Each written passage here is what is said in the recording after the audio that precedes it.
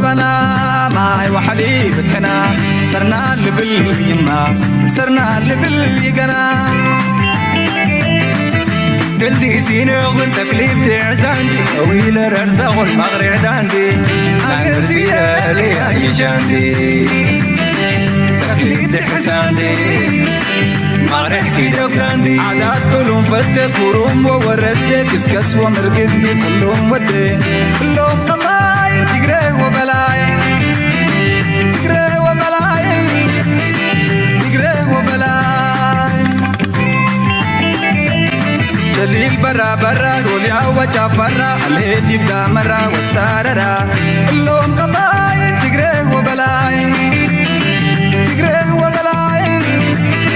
تقري وبلاين تاريان كاراغا وينك الامورة لانر قولي تنوكم فتنازولا لا لي ولا يجارد عن سورة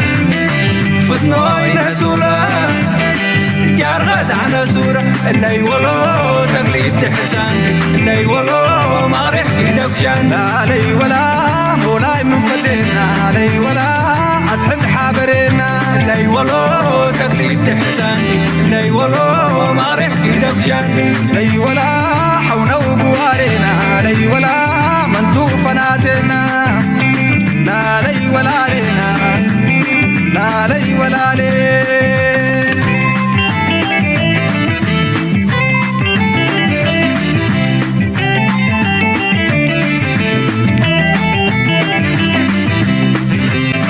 دليل برا برا قولي عوجا فرا الهيد يبدا مرا والساررا كلهم قضاين تقري وبلاين تقري وبلاين تقري وبلاين تاريان كاراغا وينك الامورة لانر قولي تنوكم نزولا لا لي ولا يجارد عن سورة فتنوي نزولا جارد عن سورة اللي ولو تقليد تحسان اللي ولو ما رح كيدك شان لا لي ولا مولاي من فتنا لي ولا أتحب حابرنا اللي ولو تقليد تحسان اللي ولو ما رح كيدك شان لي ولا حونا وبوارنا لي ولا منتو فناتنا لا لي ولا لنا لا لي ولا لي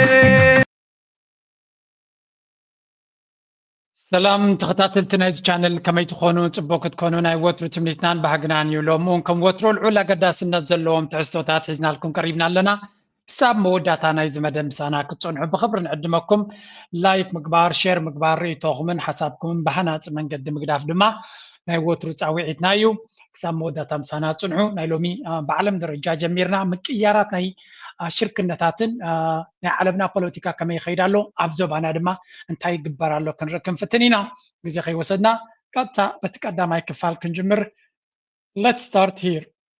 Creating a united front with India against US tariffs, writing China will firmly stand with India to uphold the multilateral trading system with the World Trade Organization at its core. Joining us now, Kate Kalukowicz, the former White House trade official. Kate, can we just sit on that statement? I'd love your reaction to that. China will firmly stand with India to uphold the multilateral trading system with the WTO at its core. The irony. Kate, your reaction, please.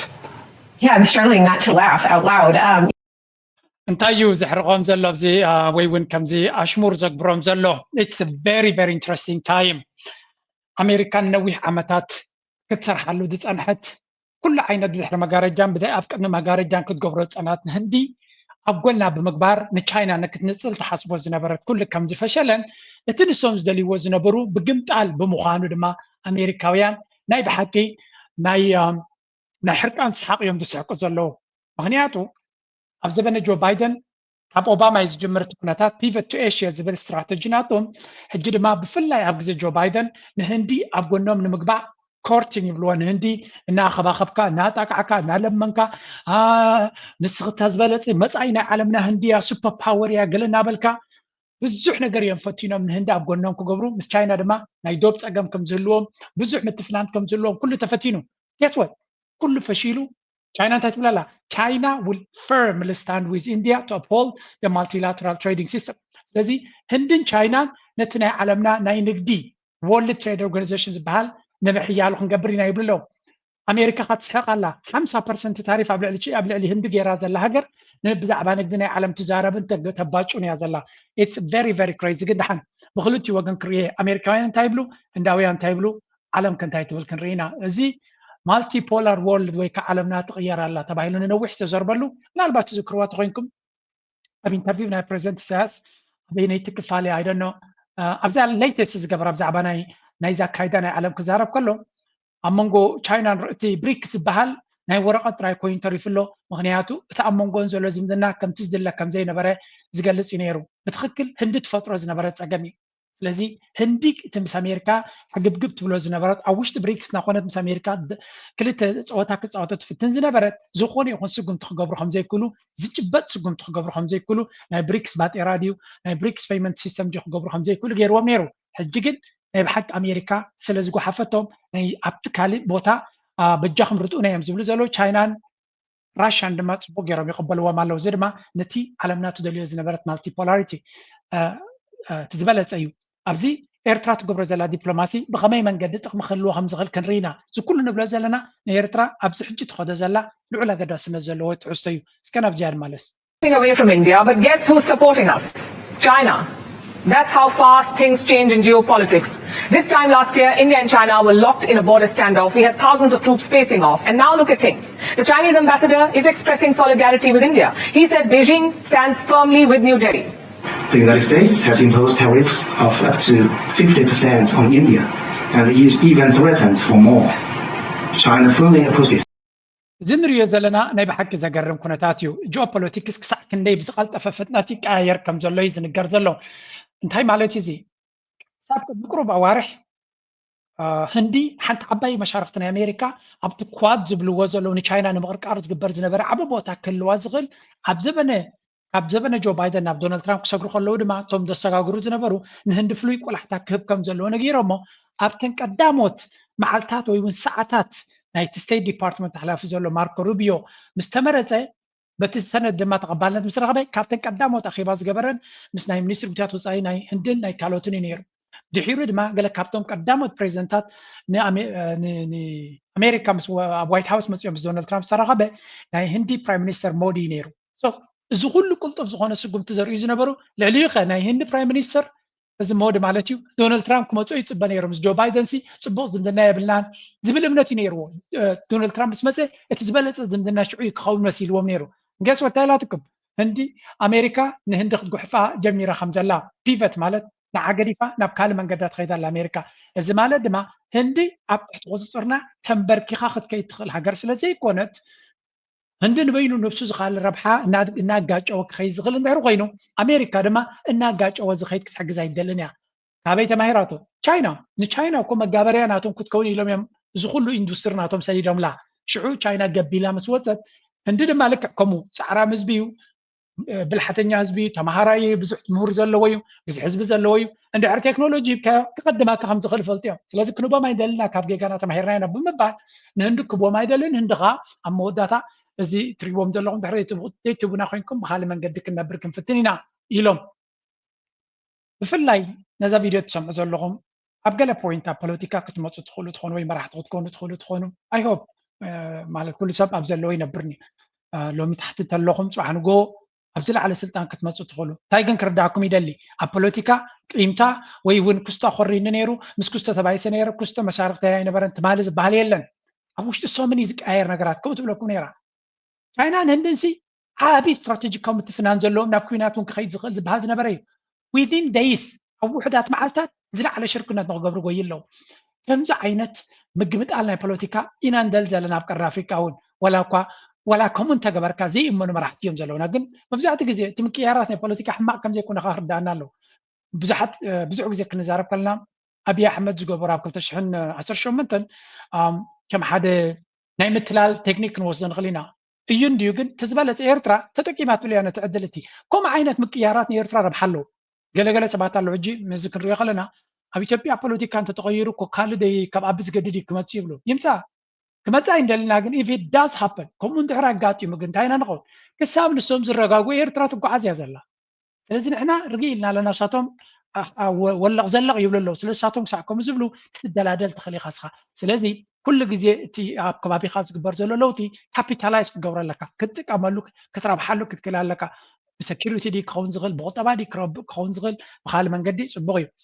ነገራት ድማ ኣብዚ ሕጂ ምስ ኣሜሪካ ፅምዶ ኤርትራ ተሓስቦ ኣብ ዘላ እዚ ሕጂ ንዛረቦ ዘለና ዓብ ትርጉም ዘለዎ እዩ ምክንያቱ ኣሜሪካ መሻርክታ ኢላ ብዙሕ ኢንቨስት ዝገበረትሎም ሃገራት ይጠልምዋ ኣለዉ እዚ ማለት ድማ ረብሓ ናታ በይና ጥራይ ከተሳልጦ ዘለዋ በይና ምስ ኤሮፓ ኮይና ኩሉ ሽርክነታት ናታ ከም ብሓድሽ ብፍላይ ነቲ ስትራቴጂካዊ መሕንቆታት ዘሎ ቦታታት ቀደም ህንዲ ምሶም ተኮይኑ ዓረብ ምሶም ተኮይኑ ኣሜሪካ ኤሮፓ ምሶም ተኮይኑ ካናዳ ኩሉ ምሶም ስለዝኾነ ብዙሕ ክሰርሑ ይግደዱን እዮም ነይሮም ትዕቢት ነይሮም ሕጂ ግን ምስ ካናዳ ይሰሃብ ኣሎ ምስ ኤሮፓ ይፋተት ኣሎ ምስ ህንዲ ተባቲኾም ኣሎ ምስ ካልኦት እውን ፅቡቅ ዝምድና የብሎምን ስለዚ ነፍሲ ወከፍ ረብሓ ናቶም ባዕሎም ኮፍ ኢሎም ክዘራረብሉ ክኽእሉ ኣለዎም ከም በዓል ኤርትራ ድማ ተቐደም ብኢትዮጵያ ጌርና ክንገብሮ ንኽእል ኢና ዶ ብገለ ዶ ዝበሃል ዝነበረ ኣይሰርሕን እዩ ዝዋን ስለዚ ንነፍሲ ወከፍ ሃገር ረብሓ እንተለዎም ኮይኑ ኮፍ ኢሎም ክዘራረቡ ክፍትን እዮም እዚ ከዓ እዚ ሕጂ ንዛረበሉ ዘለና ንሪኦ ዘለና ውፅኢት ነቲ ንሕና እንደልዮ ዘለና ውፅኢት ንምምፃእ ዓብ ተራ ክህልዎ ዝኽእል እዩ ምናልባት ህንዳውያን ነብሶም የጋንኑ ከይመስለኩም ኣብቲ ኣሜሪካ ባዕሉ እንታይ ይብላ ኣሎ ስምዑ India to uphold the multilateral trading system with the WTO at its core. The irony. Kate, your reaction, please. Yeah, I'm struggling not to laugh out loud. China likes to try to win this sort of rhetoric game, and the irony indeed of China, which really has been, of course, the source of the downfall of the WTO, trying now to lead is something I think the U.S. was probably chuckling at, won't respond to. From the rest of the world being open and then being relatively closed. And this is something that successive US administrations have tried to do something about. And the Europeans have struggled to get on board with the United States. Do you think it's different this time around? I do think it's different this time around. We've steadily seen a change in other countries, particularly the Europeans, being more willing to confront the Chinese economic challenges more directly. Moving from calling China a competitor to a really strategic problem. And of course, you've seen in ሕጂ እንታይ እዮም ዝብሉ ዘለዉ ኤሮፓ መመሊሶም ኣብ ጉድጓድ ክኣትዉ ከም ዝኽእሉ እዮም ዝርኢ ዘለዉ ሕጂ እንታይ እዩ እተን ሃገራት ኣብ ዘበነ ዶናልድ ትራምፕ ሓደ ነገር ክመርፃ ከም ዘለወን ይገይርዎን ዘሎ እንታይ ማለት እዚኣ ሰብ ኢልካ ምርኣይ እውን ደድልያ ነገር እያ ጆ ባይደን ብክልተ መንገዲ ንክበልዑ ሸለል ብል ነይሩ እዩ ንኣብነት ንኤሮፓ ኣንጻር ቻይና ኪዱ ምሳና ኮኑ ይብሎም ነይሩ ግን ኣመና ይፀቕጦም ኣይነበረ ንህንዲ ምሳና ክትኮኑ ዘይትፍቱ እናበለ ይልምኖም ነይሩ ይፀቕጦም ኣይነበረ ኢትዮጵያ ከምኡ ክትብል ትኽእል ኢኻ ግብፂ ከምኡ ክትብል ትኽእል ኢኻ ኣብ ካልኦት ሃገራት ሕጂ ግን ዶናልድ ትራምፕ ከምኡ ዝበሃል ነገር የላ ምስ ዶናልድ ትራምፕ ንኬንያ ምስ ቻይና ዲኻ ምሳና ክትከውን ትደሊ ዝብሎ ዘሎ ሕፅር ኣቢሉ ነቲ ስትራቴጂካዊ ዝምድና ምሳኻ ዝነበረና ክንበትኮ ኢና ዝብል ምልክት ሕቶ ገይሩሉ ኣሎ ነቲ ና ኔቶ ሜምበር ዝብል ሓደ ዓብ ናይ ሴኪሪቲ ርክብ ዝነበሮም ክበትኮ 9 መዓልታት ይብዎ ኣሎ ኢንቨስቲጌት ንክገብሮ ሕጂ እንታይ ማለት እዩ ኣብ ዘበነ ዶናልድ ትራምፕ ሚኒስትር ጉዳያት ወፃኢ ናቱ ድማ ማርኮ ሩቢዮ ቀንዲ ዕላማ ናቱ ንነዊሕ ዝጎስጎሰሉ ንቻይና ከመይ ጌርካ ተቐርቅራ ዝብል ኣብ መንጎ ንዝፃወት ሃገራት ሸለል ክብል ኣይኮነን ዓባይ ኣብነት ናቶም ድማ ንህንዲ ምሳና እንተዘይኮንኪ ኣንፃርና ኢኽ ዝብል መርገፂ ሂብዋ ህንዲ ድማ ንሳኹም ክንሰርሕ ንኽእል ኢና መጋበርያ ናትኩም ክኸውን ግን ኣይዋፃናን እዩ ስለ ዝበልዎም 50% ታሪፍ ሃሪሞሞም ኣለዉ ህንዳውያን ድማ ናብ ራሻ ሚኒስትር ጉዳያት ወፃኢ ናቶም ሰይዶም ኣለዉ ናይ ቻይና ሚኒስትር ጉዳያት ወፃኢ መፂ ነይሩ ሕጂ ድማ ፕራይም ሚኒስተር እውን ናይ ህንዲ እውን ናብ ቻይና ክኸይድ ምዃኑ ናይቲ ኤስሲኦ ሻንጋይ ኮኦፐሬሽን ኦርጋናይዜሽን ዝበሃል ዋዕላ እውን ክኸይድ ምዃኑ እዩ ዝንገር ዘሎ ኤሮፓ በንፃሩ ኣብ ዘበነ ዶናልድ ትራምፕ ክልተ ዕድል ምስ ቻይና ምስትን ከተጋጩ ኣይነፍቅደልኩምን ኢና ተንበርኪኽኩም ምሳና ክትከዱ ኣለኹም ኢልዎ ሕራ ኢሎሞ ኤሮፓ ተንበርኪኹም ኢዶም ሂቦም በቃ ዝበልካ ይኹን ኣቦይ ኢልዎ እቲ ናይ ኔቶ ሓላፊ ዳዲ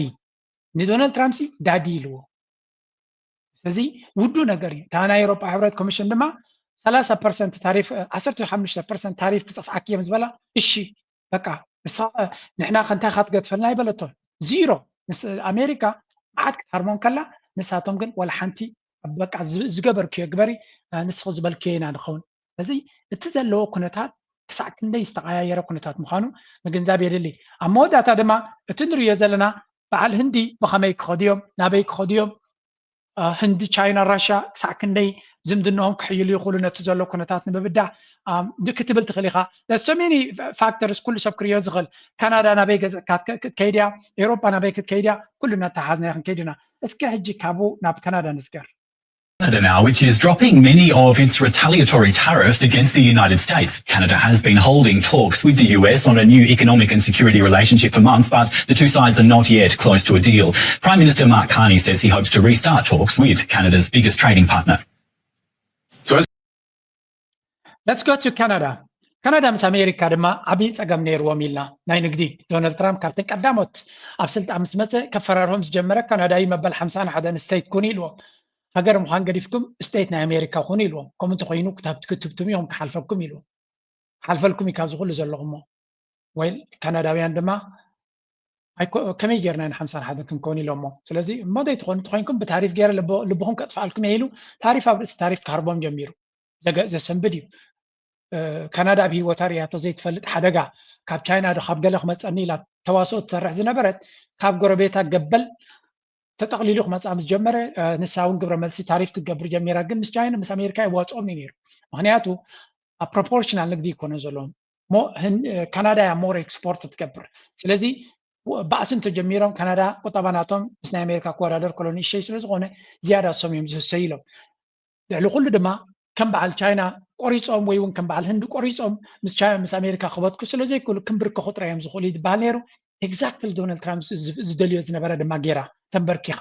ነቲ ግብረ መልሲ ታሪፍ ጌራቶ ዝነበረት ተልዕለላ ልክዕ ከም ኤሮፓ ዚሮ ዝገበርዎ ካናዳ እውን ዚሮ ክገብረ እያ ስለዚ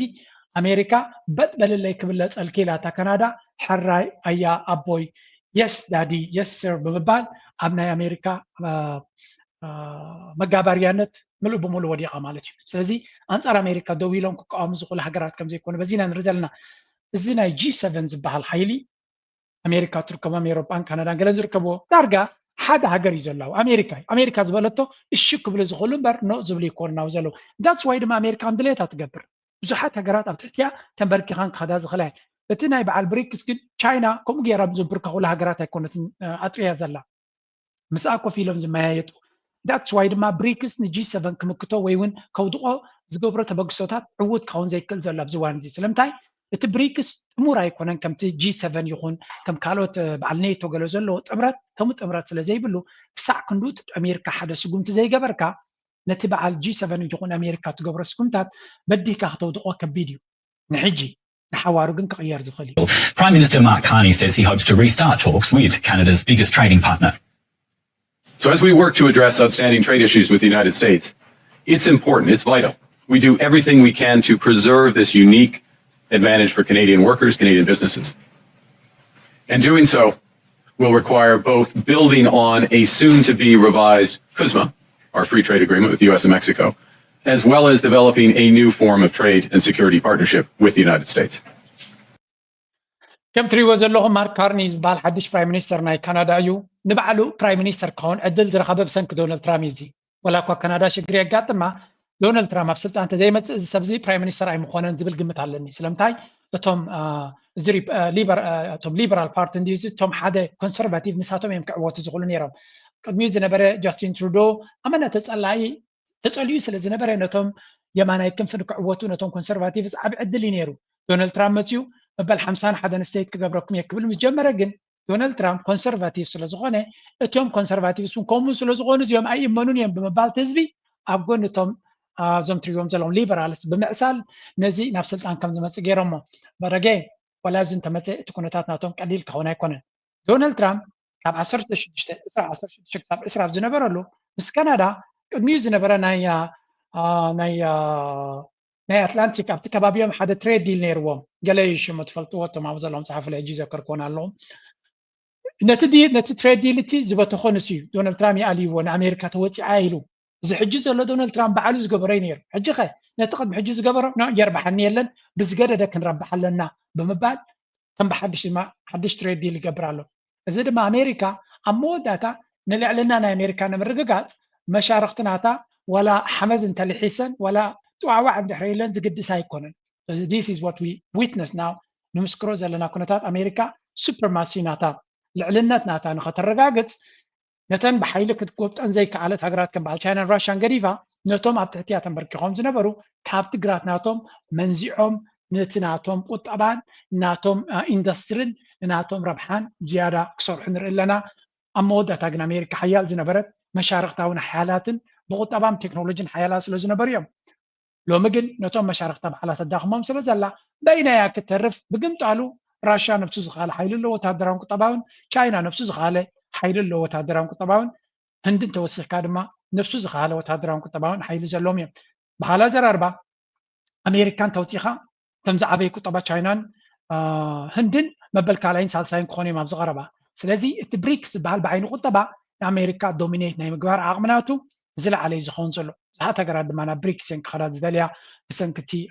ናይ ግሎባል ሳውት ስለ ዝኾነ ብዙሕ ናይ መግዛእትን ናይ ካልእን ታሪክ ስለ ዘይብሉ ኩሉ እዚ ንሪኦ ዘለና በታ ሓደ ናይ ቁጠባዊ ዳይሜንሽን ጥራይና ንሪኦ ዘለና ብቁጠባ ክትሪኦ ከለካ ከምዚ ክኸውን ከሎ ሕጂ ናብቲ ወታደራዊ ገፅና ድማ ክንሪኦ ምክንያቱ ብቁጠባ ጥራይ ዝውዳእ ነገር እውን ስለ ዘይኮነ ናብ ወታደራዊ ካ ንኸይድ Secretary General Mark Rutte is in Kyiv to discuss future security guarantees for Ukraine. He's been holding talks with President Volodymyr Zelensky. The Ukrainian president says Russia is doing everything it can to prevent him from meeting with Vladimir Putin. كم نريد لنا مارك روتو ناينيتو حلافيو دحري عب أمريكا خيدون دونالد ترامب يغني الناس اللي تدخل زجبر كان نحنا نسلست عم تحسبنا يو بفنج خم نقبلوا زجبر كنا يلو كما جزء دحر مغناي حجنا بيوكرين كيدونا بأوروبا مستملس ولا حدا نقدر استغير يلن مبش تكون تكوينات نبرتعن ناس أنكرنا خير الله سلزي أوروباويان they really don't know what to do نتايكم زبلون نتايكم زجبرون طفيوا مالو دونالد ترامب دما بزح بزعبهم تعطى خمسة يبلو أبناء بين علمكم زلوا كريكم. Russia didn't want to end this war and it still doesn't. Russia keeps issuing new ultimatums to delay the possibility of ending this war. They're doing everything they can to avoid President Trump imposing sanctions on them. They're pulling out all the stops to prevent the United States using the leverage against them that it has. Russia's intentions haven't changed a bit. Robust security guarantees will be essential. And this is what we are now working to define. بحفشة زيلينسكي يقول ناتو بحد تايم زبلو زلو ني فلاديمير بوتين كسمو عزخل حيلن تلو أمريكايو بجاك أمريكا قال كسمو عزخل يلن أمريكا دما كسمو عي كالن علو بزح مخنياتات كون خليو دونالد ترامب جن I think تي ناي دونالد ترامب مرداتايو دفير كام زراب كوي دونالد ترامب متفار أمنا سلو دفرهم بر اتتساقمهم دونالد ترامب يقوين زلو أوروبا Picture from somebody that wants to be there very badly. He's been very respectful of me and of our country, but not so respectful of others. But he'll, I'm going to sign this for him, but I was sent one, and I thought you'd all like to see it. That's a man named Vladimir Putin, who I believe will be coming, depending. كم تري ودا لهم بحفشة أبز تري وزل لهم ناي سئل ناي دونالد ترامب ناي بوتين يعز له انتهي سكيب لهم قال له زغلوا نجارات فحنا بلغوا لا يقبسوني زلوا دونالد فلاديمير بوتين أمريكا أمانة كبريك أخبروت زلوا يفرهناني يخبرناني نتوم كالوت هجرات جن أي فرهمني وأي أخبروني خاص يتساقم يدبلهم زلوا بس عارفين بعلو مغنياتو أبكون النت نيتو زبال أوروبا أكل نيتو سلزخونت ناي أمريكا تفرهنت أوتوماتيكالي ناي أوروبا ون كم تفرح كجبراي زقبانيرو كمينيرو قدم لو ما قلنا دونالد ترامب ولا قابل نيتو تقونه نفسه كم نيتو يرياني لذي نحن بيننا تفرحتينا نيتو يقول أوروبا جن كهلا بزح بوتين يفرهمني وبرجت ولا سخاتي خلغاون رشاب زح يفرهوني سلمتاي مي خازن برا بريزنت بملو عقمه بقطباوي بدبلوماسياوي بتكنولوجيكاوي بقدا بوتادراو بكل فتيني مس يوكرين كوين ولا حنت دما لوط يمصان سلازي نعاخاك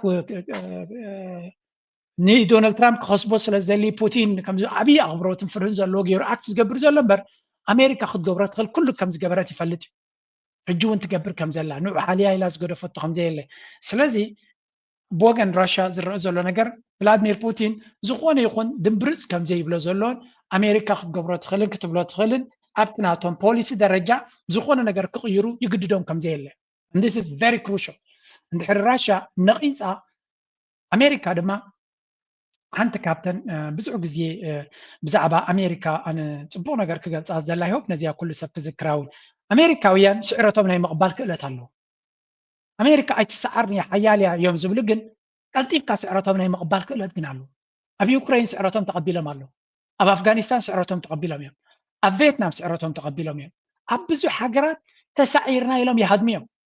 فرديهم لهم زيادة ما يتعوتها من أمريكا مغنياتو هذا جزء أب زي تسعروا له قد قوات ما مليس كمقعات بوجير كم تتأفيز قبرك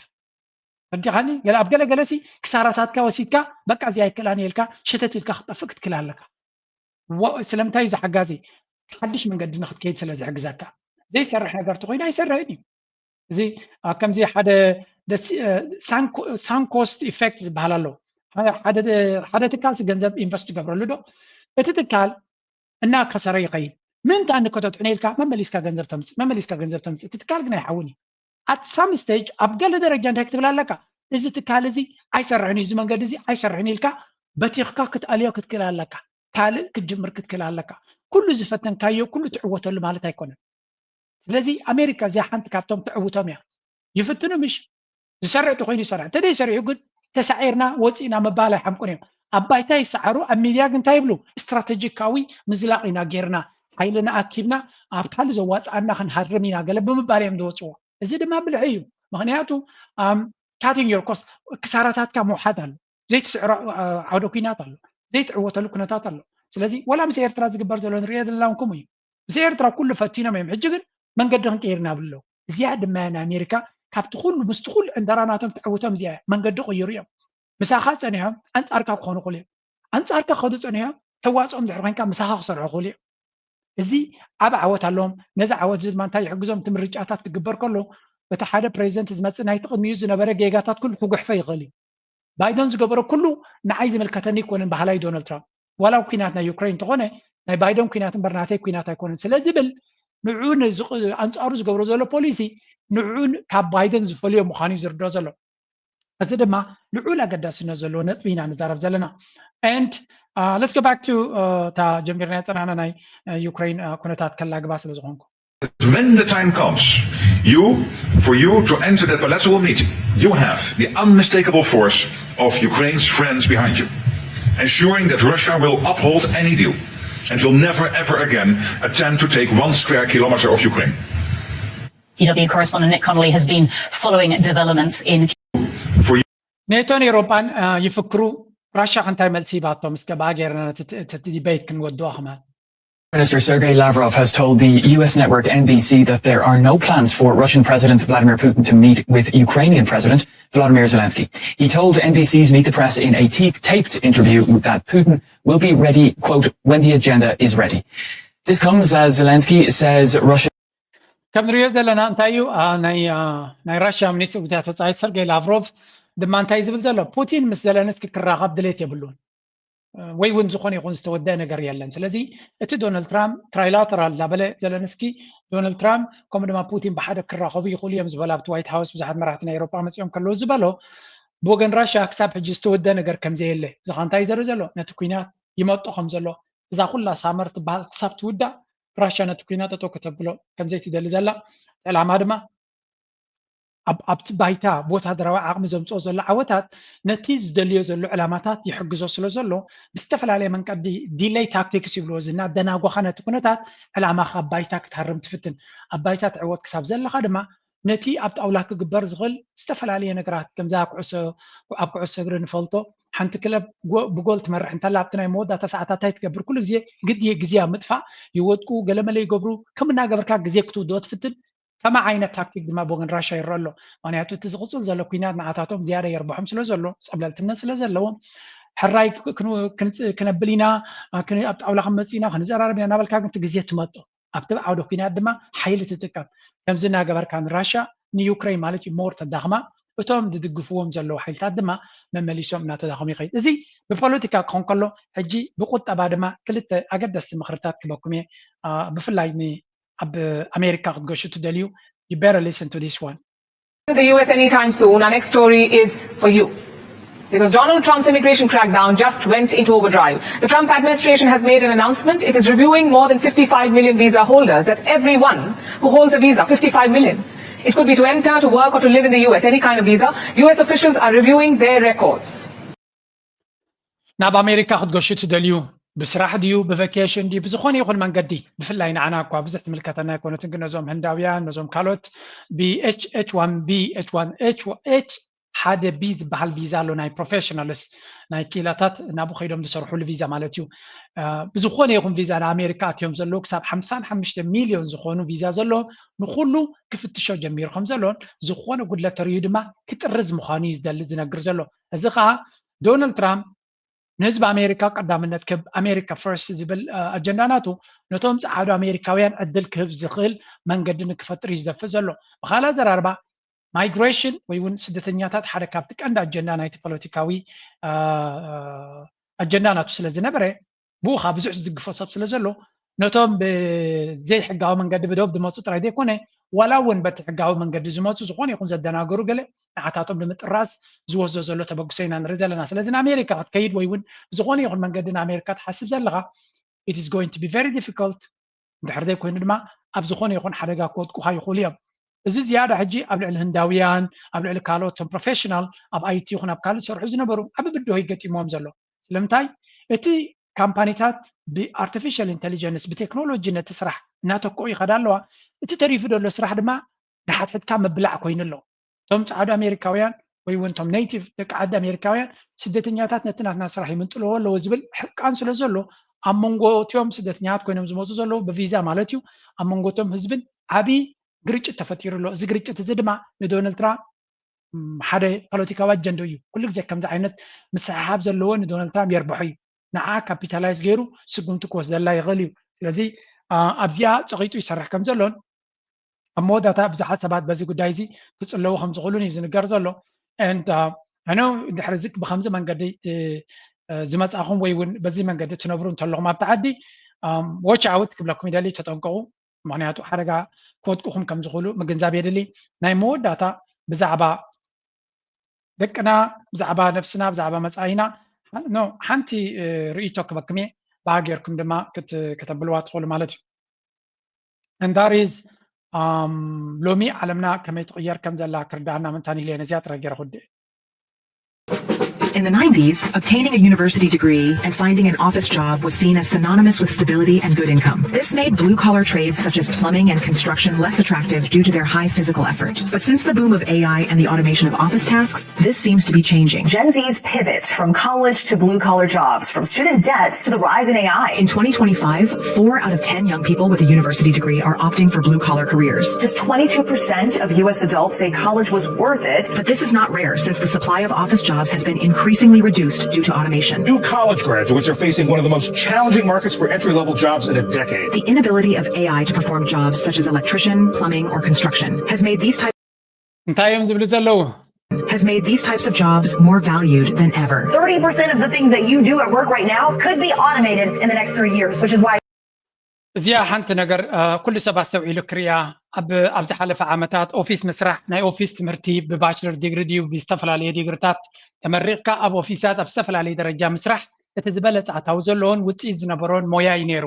ሎሚ ግን ኣብዚ እዋን እዚ ብዝቐልጠፈ እዩ ዝቕየር ዘሎ ኣርቲፊሻል ኢንቴሊጀንስ ነቲ ናይ ኦፊስ ስራሕ ቀስ ብቐስ ክበልዖ ጀሚሩ ስለ ዘሎ መንእሰያት ካብቲ ናይ ኦፊስ ስራሕ ኣብቲ ብሉ ኮለር ዝበሃል ብኢድካ ዝስራሕ ስኪል ዘድልዮ ትሬድስ ዝብልዎ ናብኡ እንድሕሪ ከይድካ ዝበለፀ መፃኢን ንግዚኡ ውሕስነት ዘለዎ ስራሕን ኣብኡ ክርከብ ከም ዝኽእል ኤሌክትሪሽያን ዲኻ ክትከውን ፕላምበር ዲኻ ክትከውን ካርፔንተር ዲኻ ክትከውን እዚ ብኢድካ ዝስራሕ ሞያታት ዝለዓለ ውፅኢት ወይ እውን ዝለዓለ ተጠላብነትን ናይ ስራሕ ዕድላትን ስለ ዘለዎም ምናልባት ምስ ደቅና ወይ እውን ኣብ ዝተፈላለየ ዘለና ኣብ ናይ ኦፊስ ስራሓት ብዙሕ ዲግሪታት ብገለን ገለን ካብ ግዜኻ ተባኽን ስራሕ ተደሊኻ ሞር ውፅኢት ዘለዎ ስራሕ ኣብ ኣፍሪካ ኮይንኩም ትርእይዎ ዘለኹም ተለኹም ድማ ሞያ ተምሃሩ ሞያ ኣብ ኤውሮጳ ኣብ ኣሜሪካ ክሰርሕ ዝኽእል እቲ ናይ ኦፊስ ኣይትጥቀሙ ኣርቲፊሻል ኢንቴሊጀንስ ብሱቕ ትወዳደር ኣይትኽእል ኢኻ ወይ እውን ካብኡ ስፔሻላይዝ ኮይንካ በቲ ኤኣይ ፅቡቅ ዝኾነ ክእለት ሒዝካ እንተበፂኻ ክትቅፅል ትኽእል ኢኻ ስለዚ ነዚ ዕድል እዚ ክትጥቀምሉ ትኽእሉ ኢኹም እንተደየለ ኣብ ዘይትዕወተሉ ብኡ ውግእ ትገጥም ከም ዘለካ ጌርካ ውሰዶ እጂ ናብቲ ዞባና ከይኣተኹ ሓንቲ ኣብዴት ከይሃብኩም ዝቐንኹ ክብ people that you talked with, not mentioning names, of course, but sovereigns, large-scale institutions as you run into them across the world, and you're a real estate guy. Is this a digital land grab? Is a digital land grab going on right now? Oh God. In ways that you can't even imagine. Let me give you the sovereign wealth I can tell you, and we know all of them, and they are all buying Bitcoin right now in massive ways, right? I can also give you the example of እዚ ትሪእዎ ዘለኹም ኤሪክ ትራሚ ዝበሃል ወዱ ዶናልድ ትራምፕ ገለ ካብቶም ኣገደሲ ሃብቲ ናይ ዶናልድ ትራምፕ ማኔጅ ዝገብር እዩ እንታይ ዝበለኩም ዘሎ ዲጂታል ላንድ ግራብ ዝበሃል ኣብ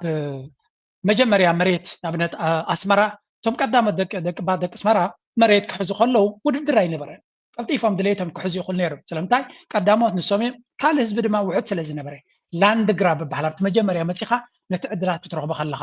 ዲጂታል ላንድ ግራብ ዝበሃል ዘሎ ድማ ሕጂ እዩ ዘሎ እዚ ቢትኮይን ሓድሽ ነዊሕ ዘይገበረ እዩ ድሮ ብዙሕ ሰብ ተገዚኡ ኣሎ ግን ናብ ዝለዓለ ደረጃ ክኸይድ ከም ዝኽእል እቶም ሶቨሬን ዌልስ ፋንድስ ዝበሃሉ ናይ ኖርዌይ ድዩ ድሮ ናይ ኖርዌይ ስጉምቲ ገይሩለ በሃል ኣሎ ናይ ስዊስ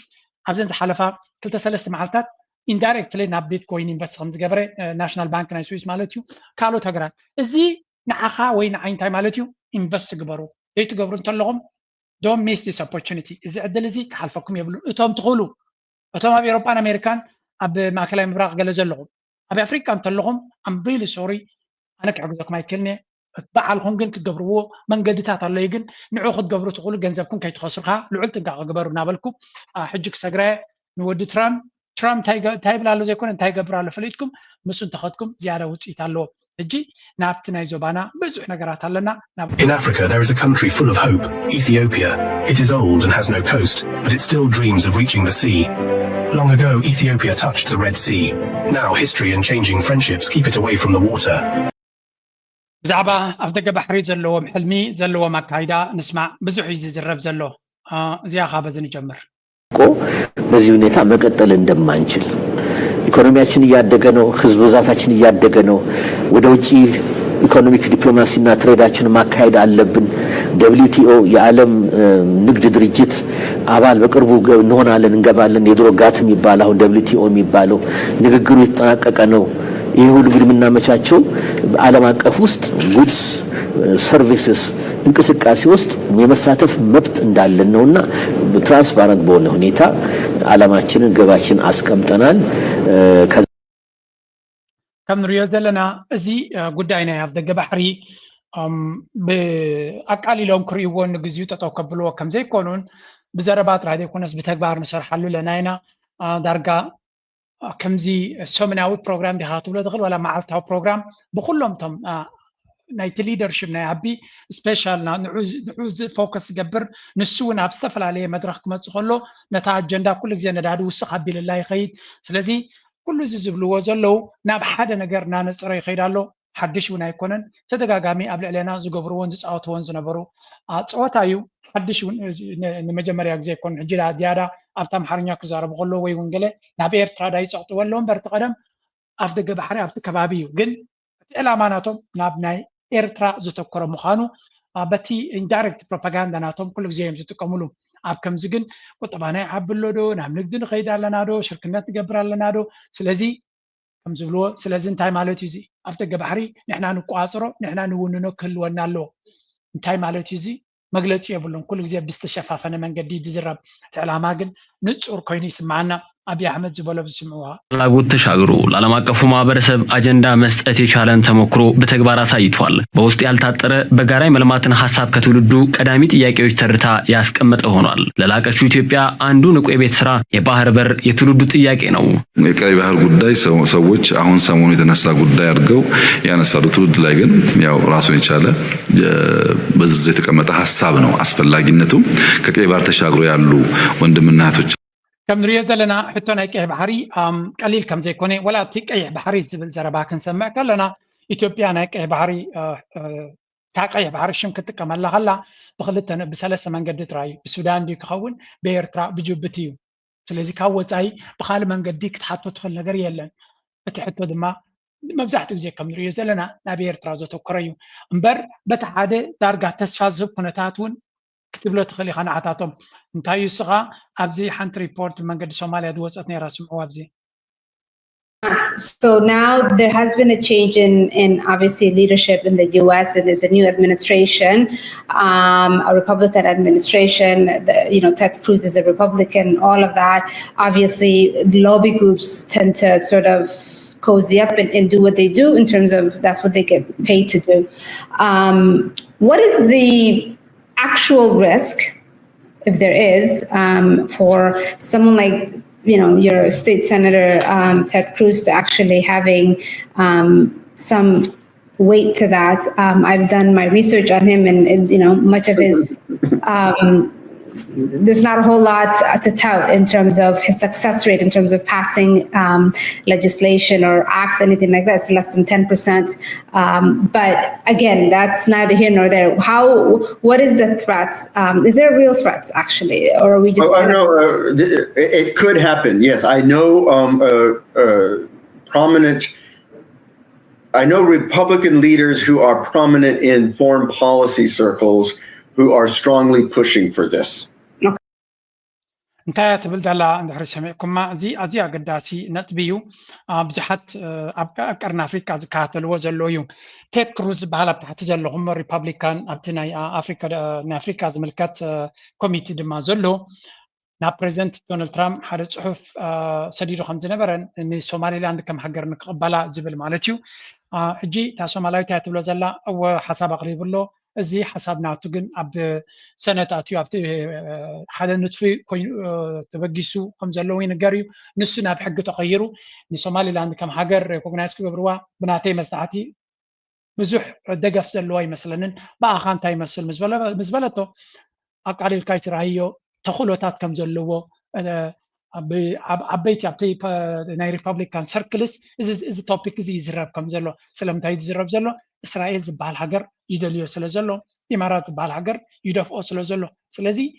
ماني انصارو زخيد زلو ندحريلنا maybe Egypt يكون زغل maybe سعودية يكون زغل but at the end of the day اسرائيلن اماراتن زلوهم جواداتات قليل كون ايكلنيو እዚ خانتايو ابي احمد يخوناتو كادرتات ناب قاي بحر ناب عسب كبلو خلو بسوماليلاند تتخلو كم زلو يرالو وي ون كون كم زغاطم كم زغل انتاي زنغركا زون again it's not about the access ገለ ይኮነን ሕጅውን እንተኾነ ዕላማ ናይ ኣቢ ወይ እውን ትናቱ ኣጀንዳ ብዝኾነ ይኹን ኣብ ደገ ባሕሪ ንግዲ ክጠቕሞ ዝኽእል መውፅኢ መተንፈሲ ስኢና ዝብሎ እሱ ይኮነን እቲ ዕላማ ከም ንሪኦ ዘለና ደጋጊሙ ግበታ እዩ ምስፍሕፋሕ እዩ ናይ ካልእ መሬት ምውሳድ እዩ እቲ ኣጀንዳ ድማ እዩ ኣብ ደገ ባሕሪ ዝጠፍአ ኣነ መሊሰልኩም ብምባል ከም ጅግና ኮይንካ ነቲ ኣጀንዳ ክትጥቀመሉ ምኻል እዩ እንታይ ካብ ይብሉ ፀንዑ ብዙሓት ሎቢይስት ዝተቆፂሮም ኣብዚ ጉዳይ እዚ ነዚ ኣጀንዳ እዚ ላዕልን ታሕትን ይብልዎ ኣለዉ እናበለ ይዛረቡ ነይሮም ኤርትራ ድማ ብግዲኣ ነዚ ጉዳይ እዚ ዓጢቓ ትጎየሉ ከም ዘላ ኢና ንርኢ ዘለና ዓጢቕካ ምግያይ ድማ ኣብዚ መድረክ እዚ ኣብዚ ጉዳይ እዚ ልዕሊ ማንም ኣገዳሲ ነጥቢ እዩ ብዛዕባ ክንርኢ ኢና ፅንሕ ኢልና እስከ መለስ ኢልና ነቲ ክብልዎ ዝፀንዑ ክንርኢ ኢና ሓንቲ ክልተ ሰለስተ ነገራት ክርእየኩም እየ ሓንቲ ኤርትራ እንታይ ትገብር ኣላ ብናይ ዲፕሎማሲ ሰርክል ክንርኢ ከለና እዚ እንሪኦ ዘለና ማለት ኣነ ኤቭሪ ስቴፕ ኣብ ዲፕሎማሲ ዝግበር ከም ሓደ ዓብ ነገር እየ ዝርኦ ዋላ ንእሽተይ ይኹን ምክንያቱ ንእሽተይ እናተደማመረ ምስ ከደ እዩ ዝመፅእ ኣብ ዳዊት ሃይለ እንታይ ፖስት ገይሩ ነይሩ ካብቲ ኤምባሲ ናይ ኤርትራ እዩ at the White House with NSC's Brandon McNamara ዝበሃል ማለት እዩ we explored ways to anchor US Eritrea relations through trade and investment that's exactly what Eritrea wants ናይ ኤርትራን ኣሜሪካን ዝምድና ከመይ ጌርና ከም ሰማያየጥሉ ማለት እዩ ናይ ኤርትራን ኣሜሪካን ዝምድና ብመንገዲ ናይ ንግድን ኢንቨስትመንትን ወፍርን ማለት እዩ and agreed on the need for reset turning past disruptions into future of dialogue cooperation and peace እዚ ንዓይ ዓብ ተስፋ ዝበኒ ነገራት እዩ ንኣሹ ነገራት እዮም ዝመስሉ ንካልእ ሰብ ክሪኦም ከሎ ንዓይ ግን ንሽተይ ዝበሃል ነገር የለን ኤቭሪ ስቴፕ እዚ ሰብ እዚ መን እዩ ብዙሓት ሰባት ሸር ክገብርዎ ሪኢኹም ኣለኹም ኣነ እዚ ሰብ እዚ እቲ ተረኺቡ ዘሎ ዝበሃል ዘሎ መን እዩ እንድሕር ኢልና ኣብዛ ኣቲና ገለ ካብቶም ናይ ትራምፕ ቲም ኣብ እንታይ ዘለዉ እዚ ሰብ እዚ ኣብዛ ኣትየ ቁሩብ ሰርች ምስ ገበርኩ US President Donald Trump's Africa team is starting to shape እዚ ናይ ኣፍሪካ ቲም ናቱ ማለት እዩ ብሬንደን ማክናማራ ዝበሃል ማለት እዩ who previously worked for US Africa Command and US Space Command has joined the National Security Council as Africa Director two people familiar with the matter told ስለዚ እዚ ሰብ እዚ ኣብቲ ናሽናል ሴኪሪቲ you see national security ኣገዳሲ እዩ ናሽናል ሴኪሪቲ ናይ ኣሜሪካ ከምኡ ድማ ስቴት ዲፓርትመንት ናይ ኣሜሪካ ሓደ መራሒ ዘለዎ እሱ ድማ ማርኮ ሩቢዮ ይበሃል ዓብ ስልጣን ድሕሪ ፕሬዚደንት ናይ ኣሜሪካ ካልኣይ ዝለዓለ ስልጣን ዝበሃል ስቴት ዲፓርትመንት እዩ ሚኒስትሪ ጉዳያት ወፃኢ ዝበሃል ማዕር እዩ ምናልባት ካብኡ ትሕት ዝበለ ግን ኣዝዩ ኣገዳሲ ስራሕ ድማ ናይ ናሽናል ሴኩሪቲ ኣድቫይዘር እዩ ነዚ ክልቲኡ ስራሕ ሓደ ሰብ ሒዝዎ ኣሎ ማርኮ ሩቢዮ ስለምንታይ ከምኡ ገይሮሞ ዘለዉ እቲ ዕላማ ማርኮ ሩቢዮ እቲ ብድሕሪ መጋረጃ ከመሓድር ዝኽእል ዲፕሎማሲ ንቻይና ንምቁፅፃር እቲ ዝበለፀ ኣብቲ ቲም ናይ ዶናልድ ትራምፕ ዘተኣማምን ዝብልዎ ንሱ እዩ ሓደ ኣብቲ ሰነት ይኹን ኣብቲ ፖለቲካ ናይ ኣሜሪካ ነዊሕ ዝፀንሐ እዩ ካብ ኩላቶም እቲ ናቱ ቲም ድማ ናይ ምዝራብ ክእለት ናይ ምእማን ክእለት ናቱ ሓያል እዩ ካልኣይ ድማ እቲ ስትራቴጂ ናይ ኣሜሪካ ኣብ ነዊሕ እዋን ክግበር ዝኽእል ዶናልድ ትራምፕ ናይ ኣቋራጭ ዝርኢ ዘሎ ክንደይ ቢልዮን ኣምፃኹ በዚ እንታይ ገበርኩ ዳ እምበር ድሕሪ 10 ዓመት ኣሜሪካ ኣበይ ክትከውን ትኽእል ክሳዕ ኩሉ ክሓስብ ዝኽእል ሰብ ኣይኮነን ዝብል ግምት እዩ ዘሎ እዚ ሰብ ማርኮ ሩቢዮ ግን ነዚ ኩነታት እዚ ኣስተውዒሉ ክርኢ ዝኽእል እዩ ስለዚ ነቲ ኩነታት ብድሕሪ መጋረጃ ሼፕ ዝገብር ዘሎ ነቲ ፖለቲካ እውን ዝውር ዘሎ ሰብ ብፍላይ ኣብቲ ዶናልድ ትራምፕ ዘይጠቕሶም ሃገራት ንኣብነት ምስ ስዑድያ ምስ ኢማራት ምስ እስራኤል ምስ ገለቶም ሃይላይት ዝኾኑ ሃገራት ዶናልድ ትራምፕ በዓል ኣለዎ ምኽሪ የድልዮ ዋላ ማዕዳውን የድልዮን ዝመስሎ እዩ ዝገብር ሰብ ኣብቲ ካልእ ግን ብዙሓት ሃገራት ኣለዋ ዶናልድ ትራምፕ ብሽመን እውን ዘይፈልጠን ስለዚ ኣብኣተን እዚ ናይ ስቴት ዲፓርትመንት ከምኡ ናይ ናሽናል ሴኩሪቲ ፅልዋዕ ዓብ ተራይ ዝኸውን ስለዚ እዚ ኣቶ ዳዊት ሃይለ ረኺብዎ ዝነበረ መን እዩ has previously said Washington should encourage US private military companies to get involved in blah blah in counterterrorism missions in the Sahel. ንሱ ድማ who previously worked as Africa team lead with the military joint force ስለዚ ናይ ወታደራዊ ተመክሮ ዘለዎ ሰብ እዩ ንኣፍሪካ ድማ ቅድሚ ሕጂ እውን ዝሰርሐ እዩ ስለዚ ምስ ኩሉ ኣብቲ ቲም ዘሎ እናረኸብካ ንሳቶም ዝግበር ርክባት ንሳቶም ዝግበር ምይይጥ ልዑል ኣገዳስነትን ዓብይ ፍረ ከምፅእ ዝኽእልን እዩ ስለዚ ቲም ኣሜሪካ በቲ ፓብሊክ ዲፕሎማሲ ይኹን በቲ ኤምባሲ ዝግበር ዘሎ ዓብይ ኣኽብሮት ኣለና ኣምላኽ ይተሓወሶ ኩሉ እቲ ክገብር ዝኽእል ክፅሕፍ ዝኽእል ክሕግዝ ዝኽእል ድማ ኣጆኹም ንበሎም ኤርትራ ብኤምባሲታታ ከምዚ ዓይነት ሃናፂ ጉያ ክትጎይ ከላ እቶም ሓንኮልቲ ድማ እቶም ግብረ እከይ ዝኾኑ ንኤርትራ ክሰልጣ ዘይደልዩ ብፍላይ እዞም ሰለስተ ትሪእዎም ዘለኹም ኣብ ዝኾነ ዝረኸብዎ ኣጋጣሚ ሽም ኤርትራ ንምፅላም ናይ ኤርትራ ጉዳይ ኩሉ ግዜ ብኣሉታ ከም ዝጥቀስ ንምግባር ቁፅሪ ሓደ ኣጀንዳ ዘለዎም ሰባት እዮም እዚኦም ሕጂ ኣማንኤል ቢደማርያም እንታይ ልመኺርና ነይሩ ኣብዚ ሓንቲ ዘረባ ኩሉ ሰብ እውን ከስተውዕለላ ዝደሊ እዞም ሰለስተ ሰባት ትሪእዎም ዘለኹም ብዛዕባ ኤርትራ ኩሉ ግዜ ሕማቕ ክፅሕፉ እዮም ኢሉ እቲ ሕቶ ነዞም ሰባት እዚኣቶም ከተረድኦም ኣይትኽእልን ኢኻ ስለምንታይ እናፈለጡ ዝገብርዎ ዘለዉ እዮም እንገይሮኦም ስለ ዝኾነ እዩ ጥሮታ ናቶም ኣብኡ ስለ ዝምርኮስ ቃል ናይ ኣቶ የማነ ገብረ መስቀል እያ ጥሮታ ናቶም ኣብኡ ስለ ዝምርኮስ ብዛዕባ ኤርትራ ኣሉታ ምፅሓፍ ስርሖም እዩ እቲ ዝዓበየ ፀገም ግን ኣማንኤል እንታይ ይብለና ኣለዉ we have to talk about how we consistently play right into the hands of these trolls. Our reaction, the quote tweets, and the under replies and the hatred debates are exactly what they want. It is time we stop playing the game and start playing smarter. ስለዚህ ነዚኦም ሰባት እዚኣቶም ዝኾነ ኤርትራዊ ብፍላይ ኣቤክስ ኩል ዝኾነ ይብልን ብዙሓት ኤርትራውያን ካብ ልቦም ደምካ ዘፍልሑልካ ኣመና ዘቆጥዑካ ሰባት እዩ ኤርትራ ካብ ቃላት ናይ ቲቦር ናጊ ኣምፅልኩም ነይረ ታውን ኮ ተስፋ ዘለዎ ሃገር ኣብ ቀርኒ ኣፍሪካ ዓብይ ፅልዋ ኣብቲ ዞባ ክትሰርሕ ትኽእል ውሽጣዊ ርግኣ ዘለዋ ነቲ ዞባ ኣብ ምርግጋእ ድማ ዓብ ግደ ክፃወት ትኽእል እያ ዝብላ ዝነበረት ክምልሰሉ ተደናዲና ነይረ ነዛ ፅሕፍቲ ምስ ረኣኹ ግን ኣነ ሓቁሎ ኣማንኤል ነዚኦም ምምላስ ማለት ንንገይሮም ዝያዳ ከም ዘብስሉ ምክንያቱ ኣብ ሶሻል ሚድያ ኣድቨርታይዝ ክገብረልካ ገንዘብ ክፈለኒ ኢኻ ትብል እንታይ ኢኻ ትገብር ሽዑ ነቲ ስራሕ ነቲ ንብረት ነቲ ሓሳብ ናይቲ ሰብ ወሲድካ ፖስት ትገብሮ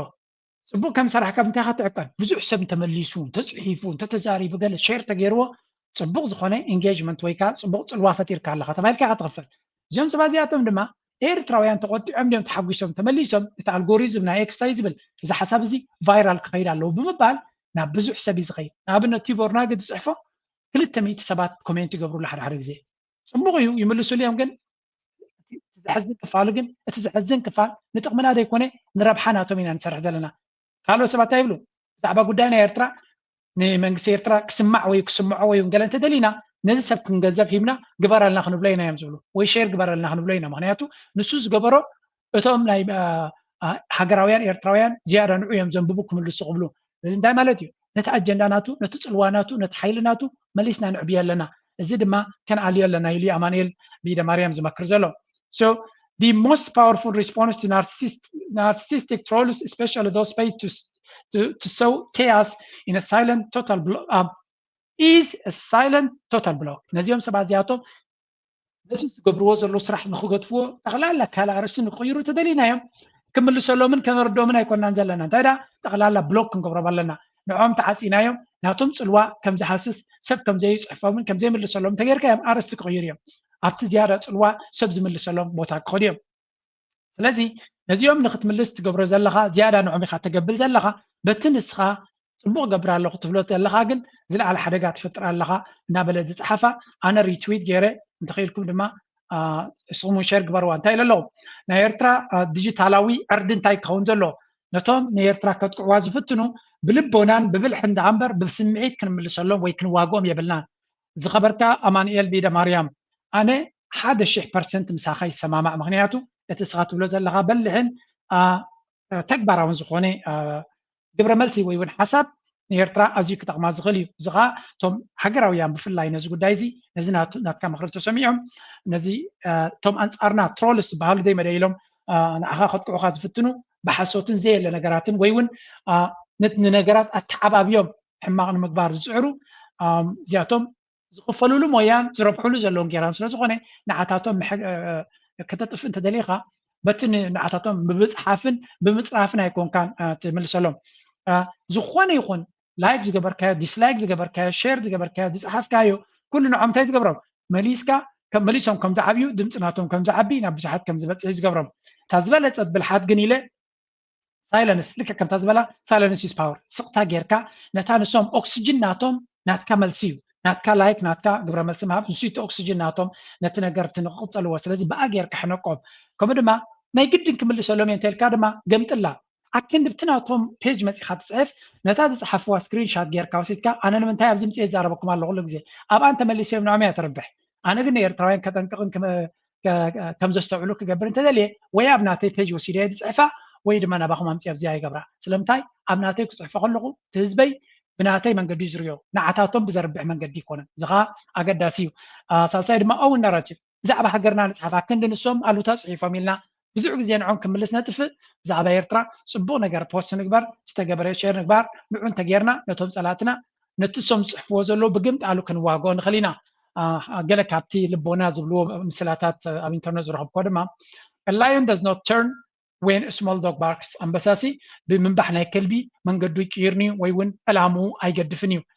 ከምኡ ድማ ታሪክ ኣብ ኢንተርነት ብዝፀሓፉ ወይ እውን ብኢንተርነት ብዝፀረፉ ንኤርትራ ዝፀሓፍ ወይ ዝቕየር የለን ስለዚ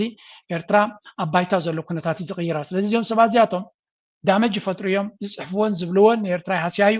ግን ነቲ ዝሃስያ ዘሎ ዝያዳ ናብ ብዙሕ ሰብ ከም ዝበፅሕ ተጌርናዮ ድማ ዝያዳ ይሃስየና ስለዚ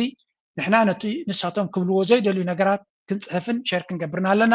ነዚኦም ኤርትራውያን ዝፅሕፉ ድማ ከነተባብዕ ክንሕግዝ ኣለና ኣማኑኤል ቤደ ማርያም ሓደ ካብቲ ዝያዳ ክሕገዝ ዘለዎ ዜጋ እዩ ንዑ እንተጌርና ድማ እዩ እቲ ኩነታትና ክዓቢ ዝኽእል ነቶም ኤርትራውያን ዝፅሕፉ ኣብ ኤክስ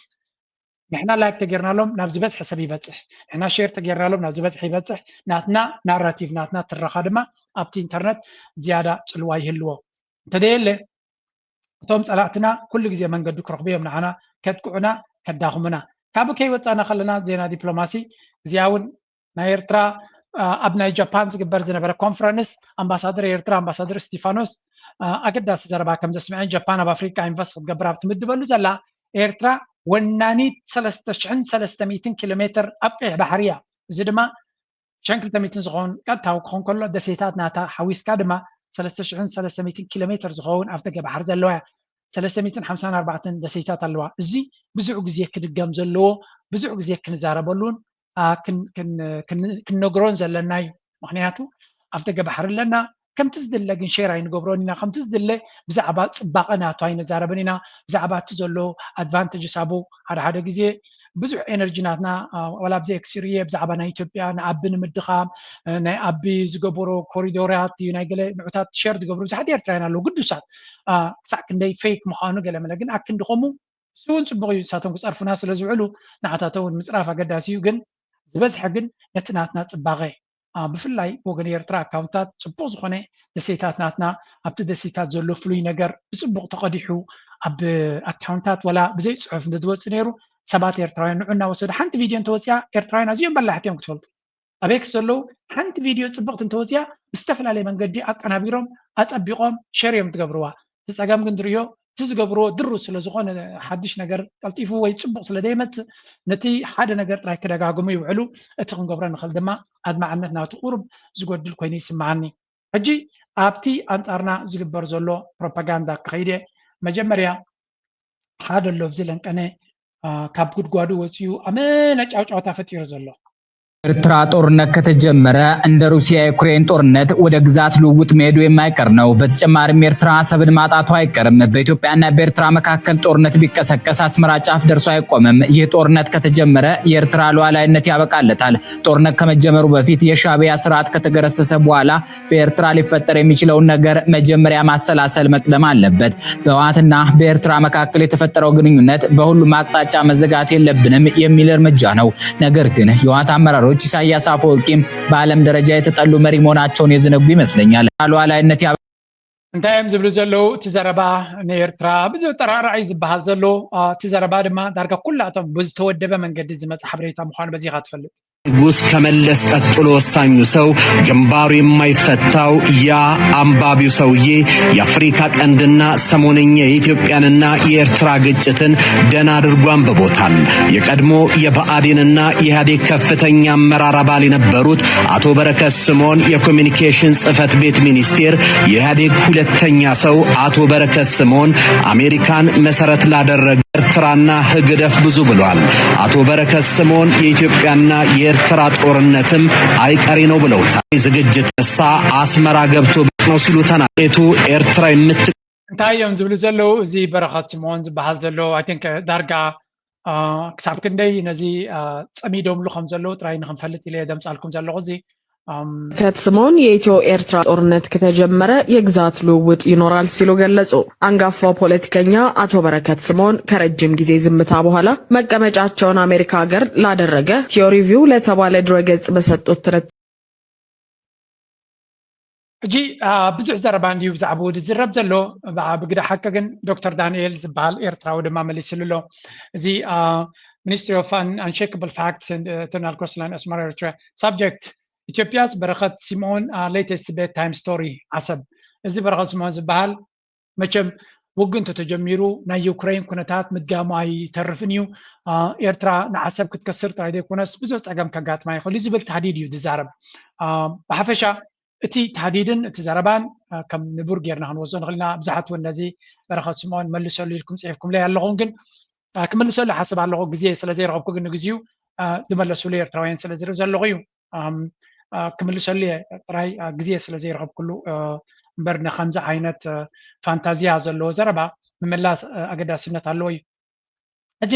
እንታይ እዩ እቲ ዘረባ ዝበሃል ዘሎ ሓደ ግዜ እኮ እቲ ቶም ፀላእቲ ናይ ኤርትራ ሲ ዶንበር ትርእሶም ጥዑይ ይሰርሕ እዩ እየ ዝብላነ ስለምንታይ እየ ከምኡ ዝብላነ እቲ ካረንት ስቴት እቲ ኩነታት ናይ ኢትዮጵያ ዘይምንባብ ድዩ ፀገሞም ወይስ እቲ ኖ አይ ቲንክ እቲ ሕጂና እናተዛረብኩ ዝሓስቦ ዘለኹ እዚ እቲ ኩነታት ኣብ ኢትዮጵያ ዘሎ ዘይምንባብ ኣይኮነን ፀገም ኮይኑ ዝስማዓኒ ንዓይ እንታይ ዳ ብዓብዩ ንኣቢ ዘሕጉስ ዘረባ ክዛረቡ ክኽእልሎም ንኣቢ ዘይኮነ ድማ ነቶም ፕሮፓጋንዲስት ናይ ኣቢ እንታይ እንተይለዮም ኣብ ሚድያ ብዝያዳ ከምፅኡኑ ዝኽእሉ ዝብል ሓሳብ የመፆም ንሱ ድማ ብዛዕባ ኣብ ደገ ባሕሪ ናይ ኤርትራ ኢትዮጵያ ትገብሮ ዘላ ስጉምቲ እንድሕር ተፈቲኑ ዓሰብ ክትወድቕ ትኽእል እያ ንዓሰብ ንምእላይ ምልሻ ንእሽተይ ሰራዊት ዘድልየካ ንዓሰብ ንምውሳድ ንኤርትራ ስርዓት ንምቕያር ዝብል ዘረባታት እንድሕር ተዛሪብካ እቶም ፕሮፓጋንዲስትስ ናይ ኣቢ ከምዚ እትሪእዎ ዘለኹም ነተን ቃላት ናቱ ወሲዶም ኣዋቒጦም ብኤአይን ብፎቶ ቪድዮ ኤዲቲንን ገለ ገይሮም ብዝተፈላለየ መንገዲ ክግበር ከም ዝኽእል ገይሮም ክሸጥዎ ኢኻ ትርኢ እቲ ሕቶ ዘሎ ግን ኤርትራ እቲ በረከት ስምኦን ዝበሃል ዘሎ ንባዕሉ ኮፍ ኢሉላ ኣብ ዝነበረ ግዜ ኣይፈተነቶ እንድያ ኮይና ኢትዮጵያ ናብ ኤርትራ ገፅካ ውራር ኢትዮጵያ ብዓለም ሙሉእ ኣብ ትድገፈሉ ዝነበረት ዓለም ሙሉእ ክበሃል ከሎ ኣሜሪካ ዝድግፎም ዝነበረ ካልኦት ሓይልታት ድማ ኤውሮጳ እስራኤል ኤቭሪዋን ኣብ ዝሕገዘሎም ዝነበረ ናብ ዓሰብ ኣይፈተኑ እንድዮም ኮይኖም ስለዚ ባፅዕ ንክሰዓር ከሎ ኣብቲ ግዜ ናፅነት እውን እንተኾነ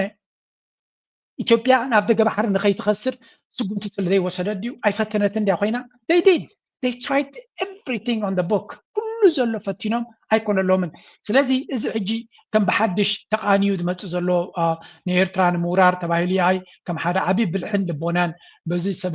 ዝኸይድ ዘሎ by the way ምናልባት ኣብ ናተይ ኢንተርቪው ሓንቲ ግዜ ምስ ኣብ ናይ ካልእ ኢንተርቪው ወዲ ጣባ ዝበሎ ሓደ ካብቶም ኣዋፈርቲ ፀረ ኤርትራ ንኤርትራ ንምድኻም እዚ ኩሉ ዓሌታውን ፀቢባውን ኣተሓሳስባ ኣብቲ ናይ ተቃውሞ ናይ ኤርትራውያን ንምፍጣር ኢንጂነር ኮይኑ ዝሰርሕ ዝነበረ እዚ ግብረ እከይ ሓደ ምዃኑ እዩ ዝንገር ዓቅርነቱ ክንዲ ምንታይ ግን ኤርትራ መበቆል ከም ዘለዎን ይንገር እዩ ሓደ ግዜ ንኤርትራቶም ቀንዲ ፀላእታ ዝሃስይዋ እንተሪኢና ምስ ኤርትራ ርክብ ዘለዎም ወይ ኣብ ኤርትራ ዝነበሩ ሰባት እዮም ኤርትራ ብቐረባ ዝፈልጥዎ ሰባት እዮም ዝያዳ ንኤርትራ ዝሃስይዋ እምበር ካብ ኢትዮጵያ በቂሎም ዝዓበዩ ዝገብርዎን ዝብልዎን ክንዲ ምንታይ ፀገም ምዃነ ናተይ ትዕዝብቲ ከምኡ ከምኡ ዝብል ገምጋም ኣለና ኣብ ኩሉውን ፅቡቅ እዩ ፅቡቅ ዘይኮነስ ቅኑዕንስ እዩ ኣብ ውሽጢኻ ዝዓበየ ንዓኻ ዝፈልጠካ ኣካይዳኻ ዝፈልጥ እዩ ሓደጋ ዝኾነካ ህወሓት ሓደ ካብቲ ሓደጋ ዝኾነና ምስ ሰውራ ናይ ኤርትራ ዝዓበየ ብቋንቋ ከማና ቋንቋ ናይ ኤርትራ ትግርኛ ዝዛረብ ካልእ ቋንቋታት ናይ ኤርትራ እውን ዝዛረቡ ዶብ ዘለዎም ብዙሕ ካባቶም ድማ ብኤርትራ ዝዓበዩ ንኤርትራ ብቐረባ ዝፈልጡ ሰባት ስለ ዝነበሩ ነቲ ኣዲስ ኣበባ ተቆፃፂሮምሉ ዝነበሩ ንዓና ዝያዳ ኣብ መንእሰያት ናይ ኤርትራ ምብካል ይኹን ኣብ ውሽጢ ኤርትራ ዝግበር ዝነበረ ብዙሕ ብድሆ ገይሮም ኣብዪ ኣሕመድ ብግምጣሉ ምስ ተጋሩ ተባይስሎ እኳ ተጋሩ ብዙሓት ናብ ጎኑ ኣለዎ ግን እቲ ዘለዎ ዓቕሚ ናብ ኤርትራ ገፁ ክኸይድ ከሎ ከምቲ ቅድሚኡ ዝነበረ ክኸውን ኣይክእልን እዩ ስለዚ እንታይ እዩ ትፀገሙ እዚኦም ሰባት እዚኣቶም ዝያዳ ንኤርትራ ይፈልጥዋ ዝያዳ ንመንግስቲ ኤርትራ ይፈልጦ ስለ ዝበሃል እዮም ናይ ተጋሩ ጀነራላት ድዮም ገለመለ ድዮም ዘ ዝተዛረብዎ በቃ ኢሎም ነቶም ፕሮፓጋንዲስትስ ናቱ ብዙሕ ዝዛረብሉ ግን እዚ ዘረባ እዚ ንእዋኑ ኣጀንዳ ክኸውን ከም ዝኽእል እምበር ሓንቲ ዘረባ ክበኩም እየ እዛ ዘረባ እዚኣ እስኪ ፅቡቅ ጌርኩም ስምዑለይ የነበራቸው ግንኙነት በጣም በጣም የሚገርም ነው። አንደኛውና ዋናው ጉዳይ ግርማዊ ቀዳማዊ አፄ ኃይለ ሥላሴ በ1965 ዓመተ ምህረት አካባቢ ያው የጦር መሳሪያ ግዢ ለማድረግ አሜሪካ ሄደው ድጋፍ የአሜሪካን መንግስት የጠየቁበት ጊዜ ነበረ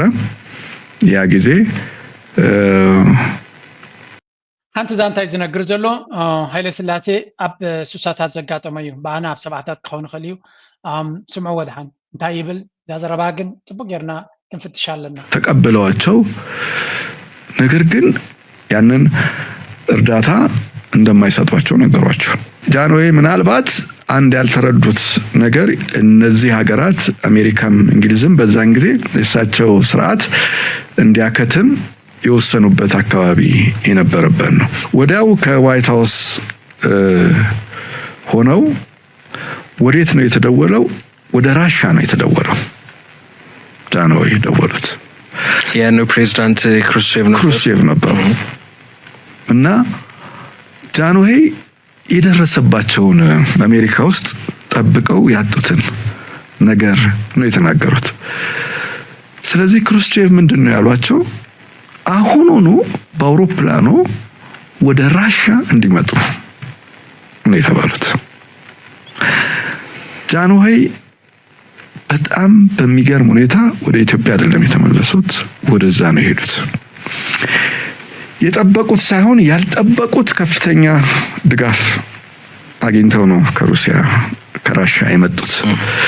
ስለዚህ የራሻ ታሪክ ሁሉ ጊዜ የሚገርመኝ ኢትዮጵያ የሆነ ችግር ውስጥ ልክ አጣብቂኝ ውስጥ በምትገባበት ጊዜ ሁሉ ጊዜ ራሻ ትመጣለች ዛዘረባ ሰማይኩም አዶ This is let me tell you ገለይኹም ጽቡቕ ሰማይኩም ኣለዎም ነገለይኹም ግን ኣብ ዛንታ ናይ ጃንሆይ ዝዛረብ ዘሎ ናይ ሃይለ ስላሴ ኣብቲ ኣጋም ውዳቑ ዝነበረ ግዜ ንኣሜሪካ ከይዱ ቃልሲ ናይ ህዝቢ ኤርትራ በልብለሉ ኣብ ኢትዮጵያ እውን ተዳኺሙ ነይሩ ስለዚ ከይዱ ንኣሜሪካውያን ኣፅዋር ክብዎ ለሚንዎም ኣሜሪካ ድማ ፅቡቅ ተቐቢሎሞ ግን ኣፅዋር ክብዎ ከም ዘይደልዩ ነጊሮሞ ንስኻ ኣሜሪካ ኦልሬዲ ናይ ሃይለ ስላሴ ስርዓት ሙዳቑ ዘይተርፍ ምዃኑ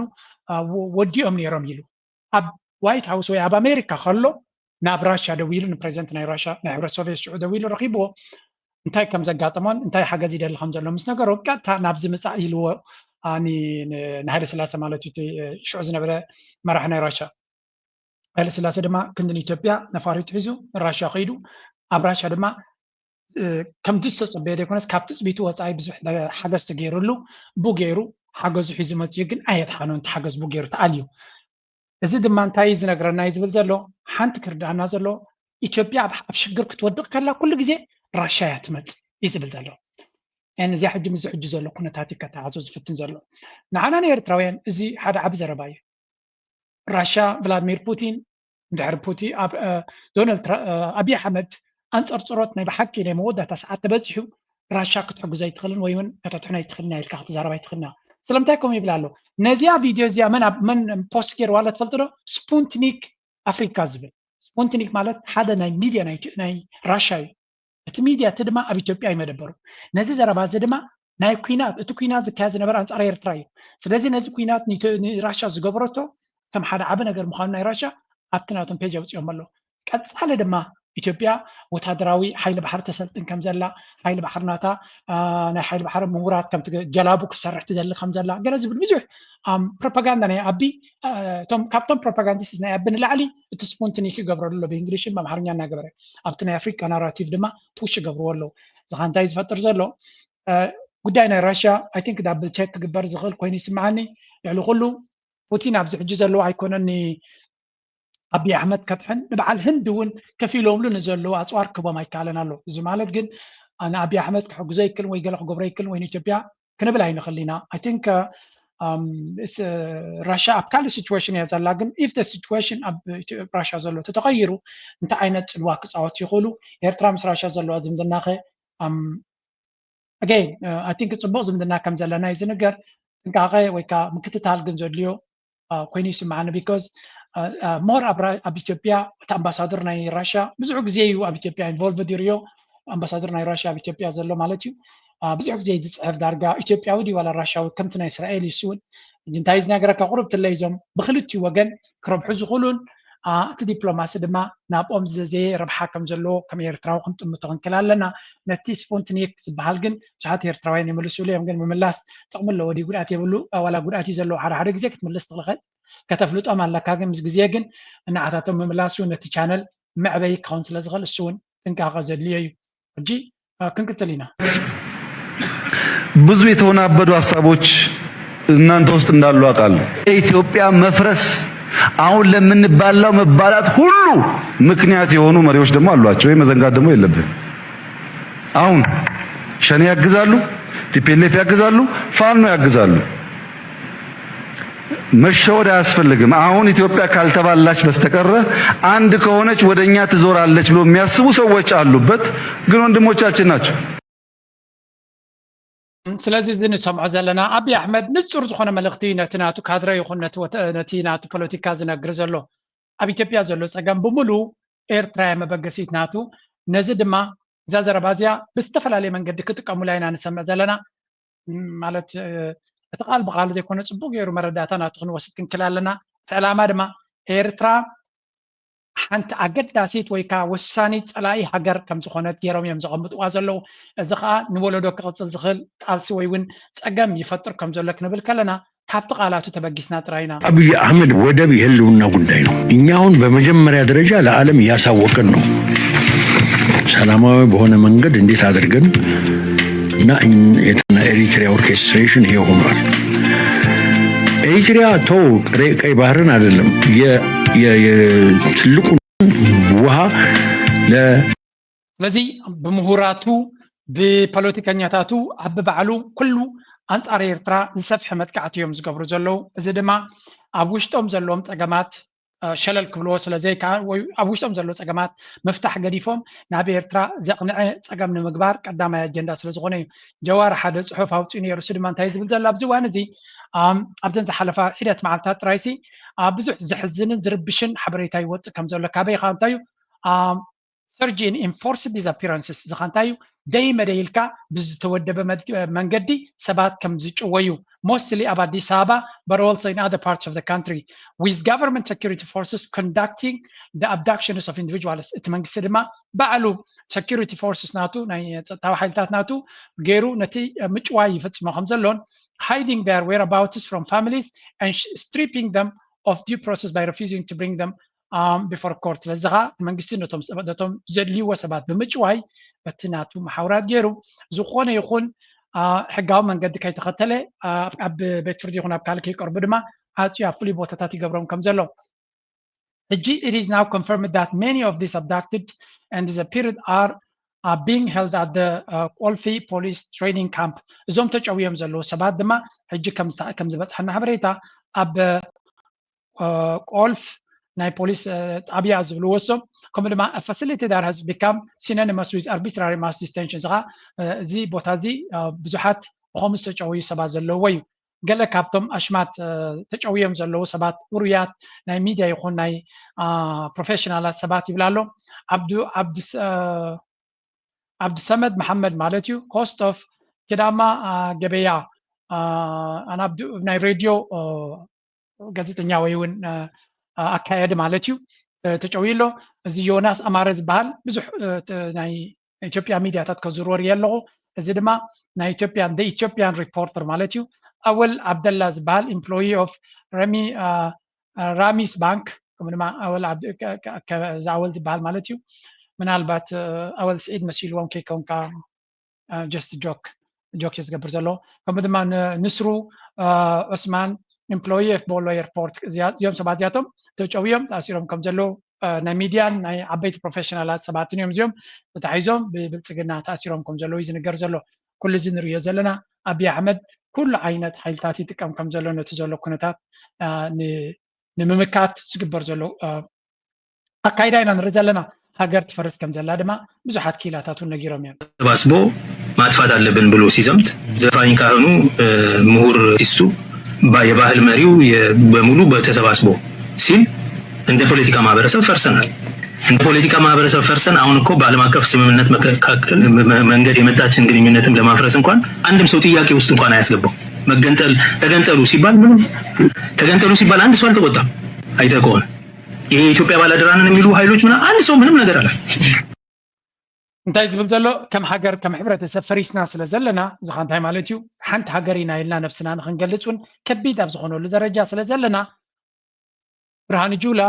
ትግራይ ተደሊኹም ተገንጸሉ እንዶ እንታይ እዩ ተሓፊልኩም ዘይትኸዱ ኢኹም ዝበሎም ሰብ ከማናይ ተገረመን ስለምንታይ ከም ኢሉ ስለምንታይ ከም ዘጋጥም ዘሎ ይበልና ምክንያቱ ኣብ ሓንጎልና በካይዳና ድሮ ፈሪስና ስለ ዘለና ሓደክ ናቱ ቦታ ሒዙ ስለ ዘሎ ኢትዮጵያ ከም ሃገር ያልካ ክትዛረበላ ከቢድ ስለ ዝኾነ ተገንጸሉ ኢሉ ሓደ ዓቢ መራሒ ክዛረብ ከሎ ክፍጠር ዝግብኦ ጫውጫውታ እውን ኣይሰማዕናን እዩ ዝበሃል ዘሎ ሕጂ እዚ እቲ በቲ ሓደ ወገን ክኾን ከሎ ናብቲ ናይ ትግራይ ኩነታት ድማ ንስገር ኣብ ትግራይ ዘሎ ፀገም ቀሊል ድዩ ዘሎ እንተኢልካ ኖ absolutely not ሓው ምስ ሓውል ባድዕሉ ዘሎ ግዜ መራሕትና ሓላፍነት ወሲድኩም ክሰርሕሉ ልግባእ ልዘለልኩም ወይ ልረሳዕኩም ልምስተዋስ ዝኣክል እዩ ኣነ ወዲ ተጋዳላይ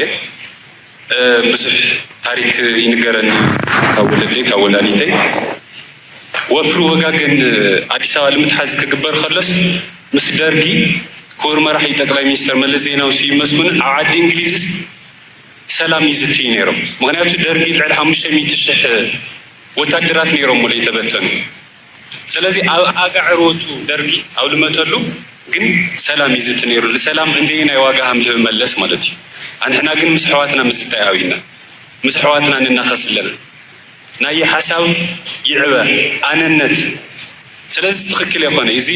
ጠጠው ኢልኩም ሓሲብኩም ክትፈትሕዎ ትክእሉ ኢኹም ክትፈትሕዎ እውን ትክእሉ ኢኹም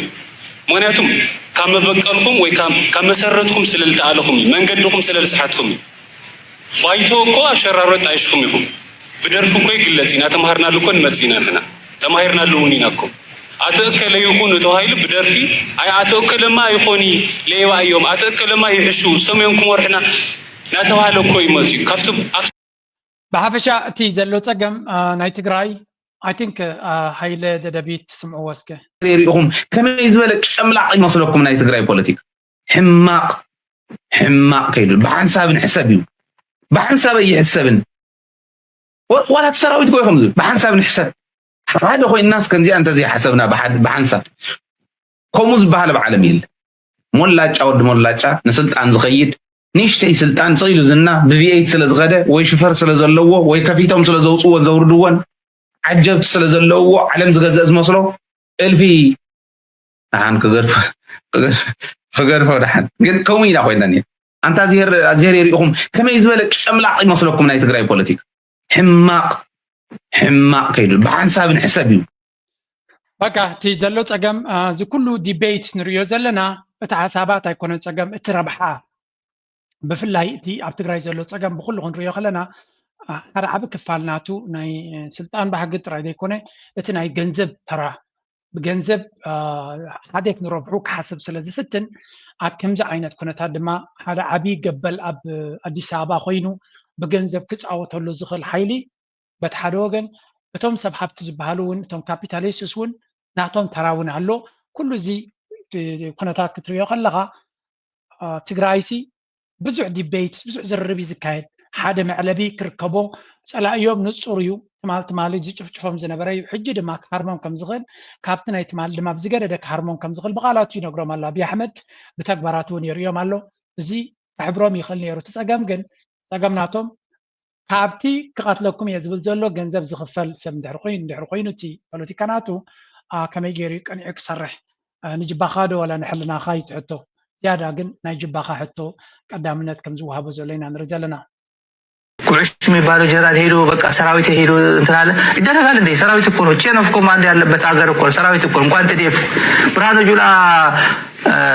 እኔ እኮ ሳርቀራ ሓደጋ ናይቲ ናይ ኢኮኖሚ ፍትሓውነት ተጠቃምነት ስለዚ ብዋናነት ክንሪኦ ዝግበአና ብስትራቴጂካሊ ናይ ትግራይ ናይ ናሽናል ኢንተረስት ገሊፅና ንዚ ዝኾነ ናይ ክራይሲስ ማናጅመንት መሰረት ገርና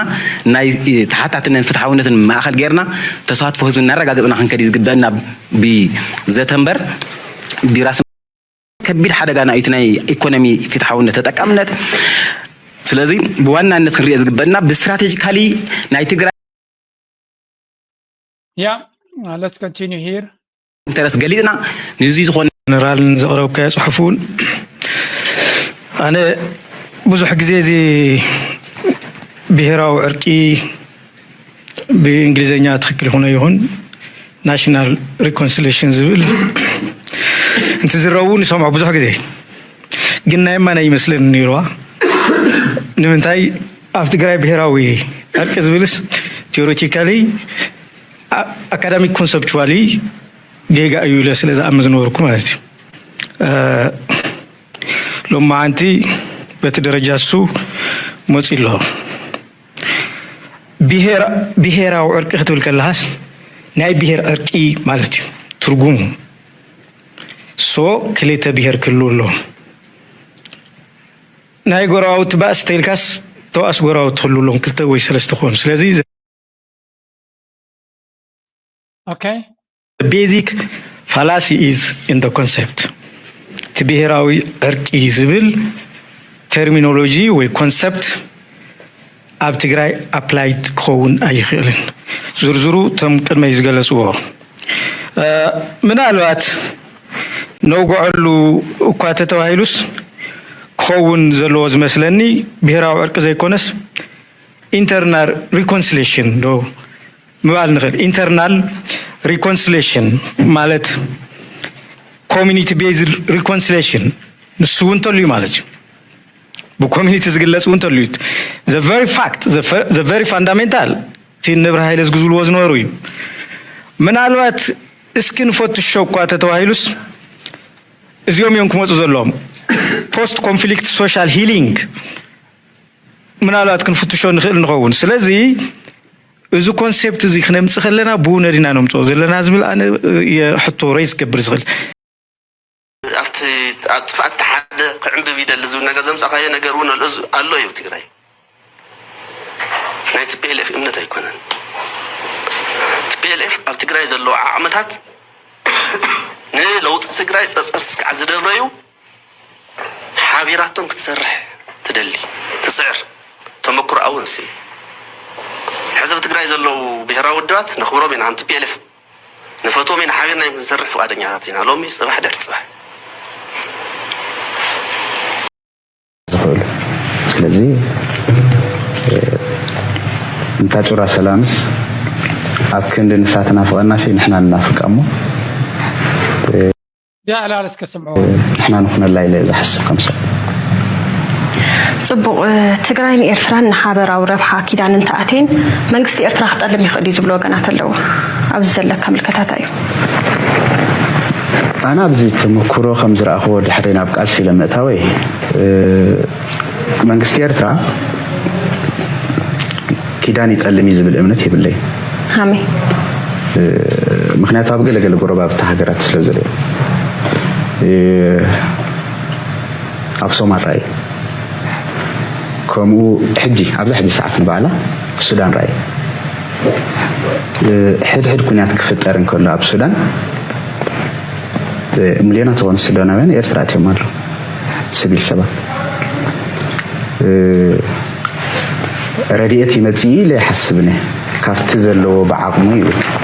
أبي إرترا تزخوا لحاجة زي حجز أبناي وتهدروا ملكعات تاريخها على وزح بمسميرياتات نوريوس كسبنا فرت السودان كي يهرما تباهلونا بإرترا زق عذاب درونات اللوا قللوا بحل كالي ترفق ولا نسوخ مزلو ولا عين وصدمه كالي ترفق بإرترا متين السودان كتنكفى زخل أكل إلا زحد نبعر خفت خيداني من قصي إرترا أنا كم زرع أخوه عب نايكيدان كساب ذاك المسوات يوسد كم زوسد ريال له مخنيات መንግስቲ ኢትዮጵያ በር ባሕሪ ንምርካብ ኣብ ልዕሊ ኤርትራ ወራር እንተደኣ ፈጺሙ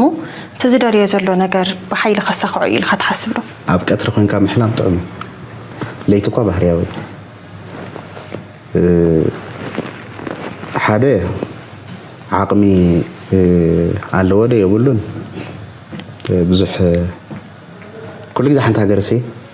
10 ግዜ معبولات تكنولوجي عتقنا لنا خمسة خينا لنا جدا حتى هاجر إيرترا ولا تعقمينا إثيوبيا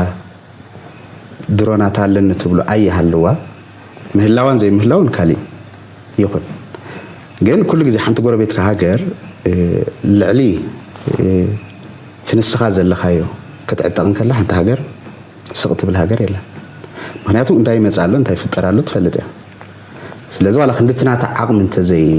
እንተዘይ በቲ ክንድትናታ ትዳሎ ዘላ ሃገር እንተዘይ ተዳሎት ሃገር ንሳ ነቲያ ተሃገር ነዛ ኢትዮጵያ ተዳሎሉ ዘላ ምዕባለታትስ ንዑ ከምክን ዝኽእል ክትዳሎ ኣይትኽእልኛ ዝብል ግምት የብለይን ብኤርትራ ወገን ከም ዝርዮ ዘለና ጽቡቕ ዝኾነ ኢንተርቪው ፖለቲካዊ ኣቃውማናቱ ብዘይገድስ ግን it's a very very interesting conversation ሰሚዕ ኣለኹ أزي بتحرك هون كله بخال من قد ترينا خنود بوجرنا. زي جونوسايد اللورد إساياس اتنايس انتت بويتا يهزي بويتا نحواتي حزر هيكون نبارو بتاريخه نحوات نايم مانيفستو وبعلو تريد الدربي سواي ناي تقرأي ناي هاجر نتحطو بتاريخه هون مالتي ناي تقرأي ناي هاجر نتحطو نحوات نخيرو زغير مخان إيشاس بعد نيجرناي حزب العلب باباس كوتريك مخان أيكل العلب باباس كوتريك مخان أيكل بعلو زمانه مسكرني يدلي أنا هو جري لنا لشعبه سني دوي بعلي سياسة زارو فيديوهات أنا 3-4 فيديو لنا ناي واحد نهاجرنا برنامج تغير جيرنا إزمي تطلعوا قلت كذا 3 ناي سان شوعتن ناي تقرأي ناي هاجرنا ناي واحد نهاجرنا برنامج نغير جيرنا إزلك هجيتي زربا حركاتي بزوج زي تكملوا سوسان شوعتن دي ولا 7 دقاتمي ناي موال تاريخ يحد أبصورة خلوز قبرون زحسبون زنبرو أزيف حدا سب أبصورة خلوز حسب زلون أبحجر كوينوز حسبون حدا كون كم زخل غير كم زراب حدا تي I don't know ترسم كم يجري ده حسب كلا يدما كنا تات غير كله بوليتيكا مركز وني غير مستوى سنة زيك هو حد قدامي نمبر 1 طلعنا إيرتراينيرو بخمي بحدك سرح خيلهم كما يلو جزك غير كيلو كردوري زي كل كوينو قال ما هو حد إيرتران تايت دل زي كونسي إيرترا بسوسان شو عتن تايت دلنا يرايلو كندي تجتيرو دزارب أبارات كيلو 20 شو عتن عمد غير كخلقة ሃገር ክትከውን ተትደሊ ኤርትራ ዲያ ከልኪላትካ ፕሬዚደንት ኢሳያስ ይኸልኪልካ بدليتاتكان بدليتات ناي مرحنتكان هاجر كتكون يكالكا in fact هاجر كتكون زي كالكا it has a lot to do مستناتكم mindset ابزي حدا تግራዋይ ጽቡቅ የርገሊ ጾም የር ትግራይ ሃገር ክትኮን አይትኸልኒ ስለዝብሉ ካሊ ትውዶ ባይር ኮሪድ ካሊ ትውዶ መሬት ዘለዋ ሃገር ትግራይ ሲ ትግራይ ሃገር ይትኸውን ዝለካ ሩሙሳት ያዙራ ማለት ሩሙሳት ማይ ሞቅ ማይ ዝሕፀው አጉዛ እዚኦም ድኹማት እዮም ሓልገዞም ዝሞተ እዮም እዞም ከምኡ ዓይሱሉ ሰባት ፈፂሞም ሃገር ከመይ ትምስረት ሃገር ከመይ ጌርካ ትፈልጥ ሃገር ከመይ ጌርካ ትዕብያ ፍጹም ብስሩ ናይ ምሕደራ ወሎ ናይ ታሪክ ሂንቲ ዘይብሎም ብሓፈሻ እቲ ፅምዶ ዝበሃል ድማ ብካልእ ገፅ ብዙሕ ስእልታት ናይ ፅምዶ ክወፂና ንርኢ ዘለና ኢትስ ቨሪ ኢንትረስቲንግ ሓንቲ ፅምዶ ኢሎም ካብ መቐለ ውፅኦማ ዘለዉ ድማ ምናልባት እዚኣ ቪድዮ እዚኣ ፅምዶ ኣብ ኣሸንዳ ኢሎም ኣውፅኦም ኣለው እታ ደርፊ ናይ ካሕሳይ በርሀ እንድያ ካሕሳይ በርሀ ካብ ስቴጅ ዝደርፍ ኢትስ ቨሪ ቨሪ ኢንትረስቲንግ ናይ ብሓቂ ካሕሳይ በርሀ ኣካል ናይ ፅምዶ ምዃኑ ኣወል ስዒድ ኢንትሮዲስ ገይሩ ነይሩ ንፅምዶ ኩሉ ሰብ ክድግፎ ከም ዘለዎ ድማ ተዛሪቡ ነይሩ ሕጂ ድማ ከይዱ ኣብቲ ኣሸንዳ ቅድሚ ኣይደኖ ኣብቲ ናይ 2010 ክንደይን እዩ ምስ ሓደ ናይ ትግራይ ደራፋይ ብሓደ ኮይኖም ደሪፎም ነይሮም ሕጂ ድማ ድሕሪ ክንደይ ዓመት ተመሊሱ ድሮ ኣብቲ ስቴጅ መፅኡ ከም ዝደረፈሎም ኢና ንርኢ ዘለና ናይ ብሓቂ ዘገርም እዩ ስለዚ ማዕረቲ ነቲ ፅምዶ ንምቁፃይ ጠጠው ንምባል ብዙሕ ነገር ይግበር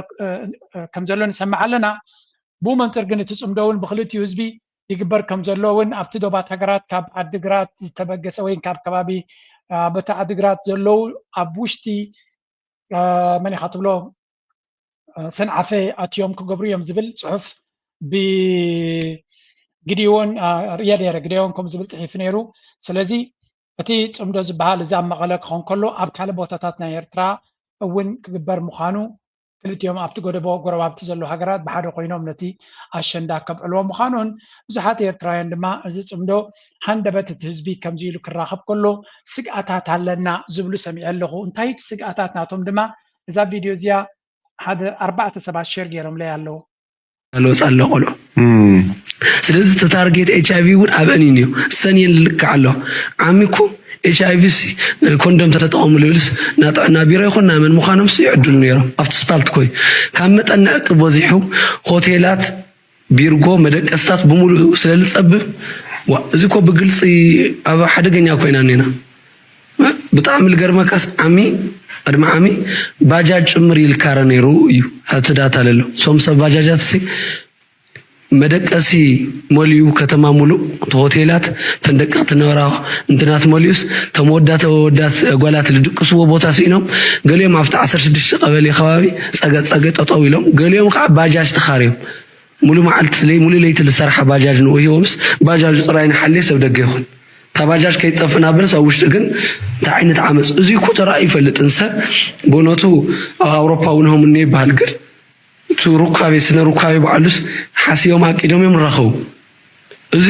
ታሽዒታ መዓልቲ ከይተሓልፈኒ ንባስ ባጃጅ ኣብ ባጃጅ ሩካቤ ንካልኦት ሕጂ እቲ ዘሎ ንሶም እዮም ዝብልዎ ዘለዋ ናይ ኮንኩን ዝብሎ ዘለኹ ብዙሕ ጥንቃቐ ዘድልየ እቲ ኩነታት ኣንቲንክ ኣብ ካልእ ሪፖርት እውን ድሕርቲ ናይ ኣሸንዳ በዓላት እቲ ናይ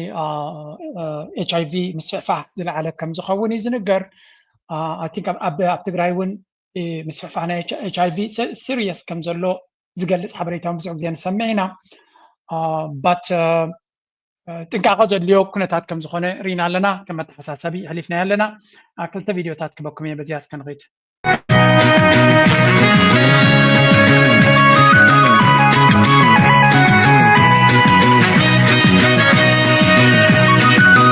እዚኦም ትሪእዎም ዘለኹም ካብ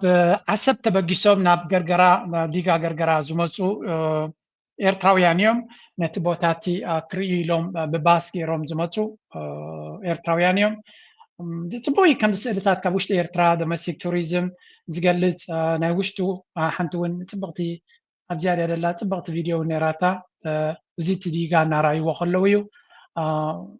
it's beautiful I think it's beautiful ከም ዝኾነ ይኹን ስእሊ ካብ ኤርትራ ዝመፅን ዓይ ደስ ዝብለኒ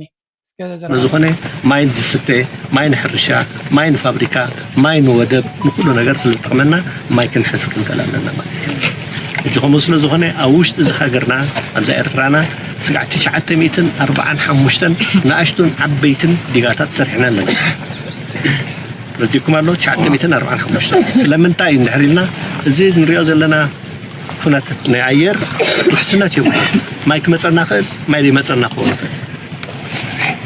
ሕጂ ከምዚ ስለ ዝኾነ ንሕና ተንእሽተይ ንረኽበን ማይ ክንሕዘን ክንክእል ኣለና ምስ ሓዝናየን ከ ማሓዝ ጥራይ ኣይኮነ እንትኸውን እንታይ ዳ ከነመሓድረን ኣለና ማለት እዩ ስለዚ እዚኦም ኩሎም እዚኦም ፅርግያ ንሰርሕ ኣለና ኤሌክትሪሲቲ ንሰርሕ ኣለና ማይ ንገብር ኣለና ሕርሻ ነልማዕ ኣለና ሃገር ከምዚ እናበለት እያ تمعبل مالك واضح؟ That's nice.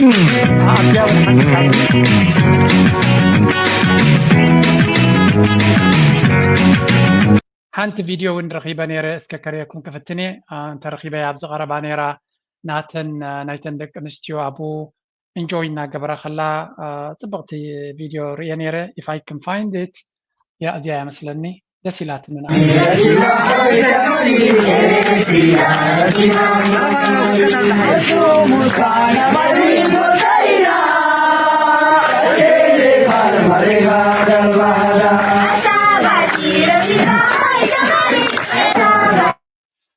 ሰብከ ባሕርየ ንዝየን ካብ ባሕሪ ናብ ንእሽተይ ባሕሪ መፅአን ኣለዋ beautiful I think it's ደስ ዘብል ኩነታት እዩ ንቐፅል هم عبد الدجا مريم دعاريتنا متينا زلنا مريم دعاريت عمتاوي أنا تسران شعاتن جنبوتات نجد دك ثرن ترايزي كونو كمل إرترا متينا بزح السبات زنقدوها حجر ما وش تعتينا هبوينا أنا بحبا أتك أدم جيزي سدرا بيتنا حيزومنا أنا أشترك لنا أنا خيد مو كدام ناين وقيتك كداسي مسود بمولو نبرتك مسحك بونك حسك كلهم سدرا بيتك مسعرختك من جمعة خدت أرانيفك أو غيتك مولو معتت وعللو ببس حاجات عميتاتكمو نزوتر نيرنا هنا لو من ما نزيد خرزنا من ملاسم ما مريم دحرت ممكن تكلي إلى اللي مالتيو مريم دعريت أبكرن زعبية بفلويز ذكرى بوتايا درجة ولا ሃይማኖታዊ ቦታ እንትኾነ ናይ ቱሪዝም ቦታ እዩ ሓደ ካብቶም ኣይኮኒክ ቦታታት እዩ ብፍላይ ኣብ ክረምቲ ድማ ገነት ስለ ዝመስል ኢትስ ቢዩቲፉል እስከናት ፍሩት ሎ ዓዲ ማለት ስለዚ ኣብ ናይ ከረን ከትካ ኣብቲ እንዳ ፍሩት ዝሽየጠሉ ቦታ ፍሩታታት ዝሽየጠሉ ቦታ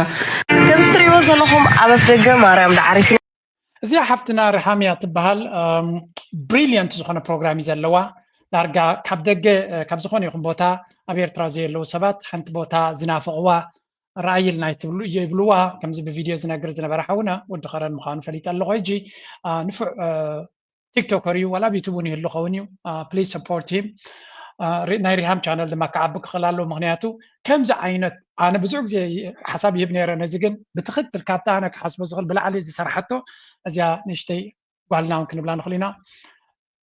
كما يجرى نتي أبدأ جزء للسب نفقد زلوا كريوز دليك فلتوز دلي لعلو كل دما بمسات من قدي very interesting زخنا فيديو جرى لا أبناء channel كتكم سمعوها فلاي هذا خارن دما بزح بوتات تزور عبتي استدي بناكرن أقدر سبوتات نازورت كاب أسمع رخب بجس كلا زلوا interesting زخنا ستوريو بحفشات إير تراكرم تخزور خلا هون سحابنا تعلوس لذي نزا بلح زخونت قلعة نحجونا يسمرا بيت مرتات نباركان نايكال بيت مرتين كتقبر يانيرة ناي بحكي سبز دليو كم زي سوي كازي كالي أنا دس كالوز قبرون تبغنديو زي عينت كاب ستوديو وزي خاز قبر سرح هذا كبوريو زي وسيدي قد تزبلت سرح نزد جزلو سب دما دحقو سرح انتلو نبار سرح دما زي فيديو زي تحرق عمت تحرق مش عمتون انترستينج عتكو سلازي نجزيو ترايو رسالة كنا نحوار قصة زغل سرح سلت سرح زلا نتبع بعيا متبع دما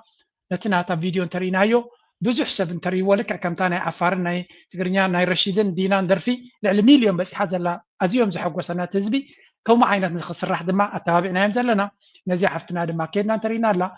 تتابعها صبوخ تقبري انا حالي كال فيديو غيرانيرا سلازي نساوي نبع على فيري انترتينر يا نتبوتات كالوتون خدوا يمكن ناتا عينت لك امام زلوا عينت دوكيومنتار سنه تقبر املاخ حق سكك بلا يدلي انا بحكي قوقع زخونت ولا امودات هذا ما بحاونا روبيل كود مانتيلين نحن ጎየና አንበሳ ጎየና ዝብኢ ጎየና ከልቢ ጎየና ወኻርያት ጎየና ንሕና ዘይጎየና እንስሳ የለን መዋእልና ንሕናስ ክንጎይ ጥራይ ክንነብር ምማት ይሓይሽ ምንባር እንታይ ዋጋ ኣለዎ ተባሂለን ምስ ካልኣይታ ሙታይ ዳ ንግበር ኣብ ቀላይ እቶ ኢለን ናብ ባሕሪ ኸይደን ኣብቲ ገምገም ቀላይ ክበፅሓ ከለዋ ካብቲ ባሕሪ ዝወፁ ሶሪ ኣትያትኒ ንቐፅል ልንቁርዖም በዓል ምንታይ ፀሓይ ክፀልዎ ወፂኦም ርእይም ሰበልዎን ነዘን ማንቲለ ናብቲ ማይኣትዮም በቲ ተኸዱ ማይኣትዮም ዋ ክሻሻል ኣለዋ ንዕና ዝፈራሕ ኣሎ ብዛ ዓለም እዚኣ ንዕዳ እሳንዳይ እምባእትዮም ንዕና ፍርሑና ንሕናኻ ነዚኦም ነፍርሖም ስለዚ ንመለስ ኢለን ህይወተን ቀፂለን ስለዚ ኣንታ ኣነ ክርታት እያ ኣነ ዋጋ ዘይብለይ ኣነ ዘይጠቅም ኣነ ብሽቲ ዝኾንኩ ሰብ ኢልካ ንነፍስኻ ይትንዓቃ ካባኻ ዝደልሎ ካባኻ ዝሓይሽ ኣሎ ንስኻውን ካብ ካልእ ተሓይሽኻ እሞ በቲ ግዝያዊ ሽግር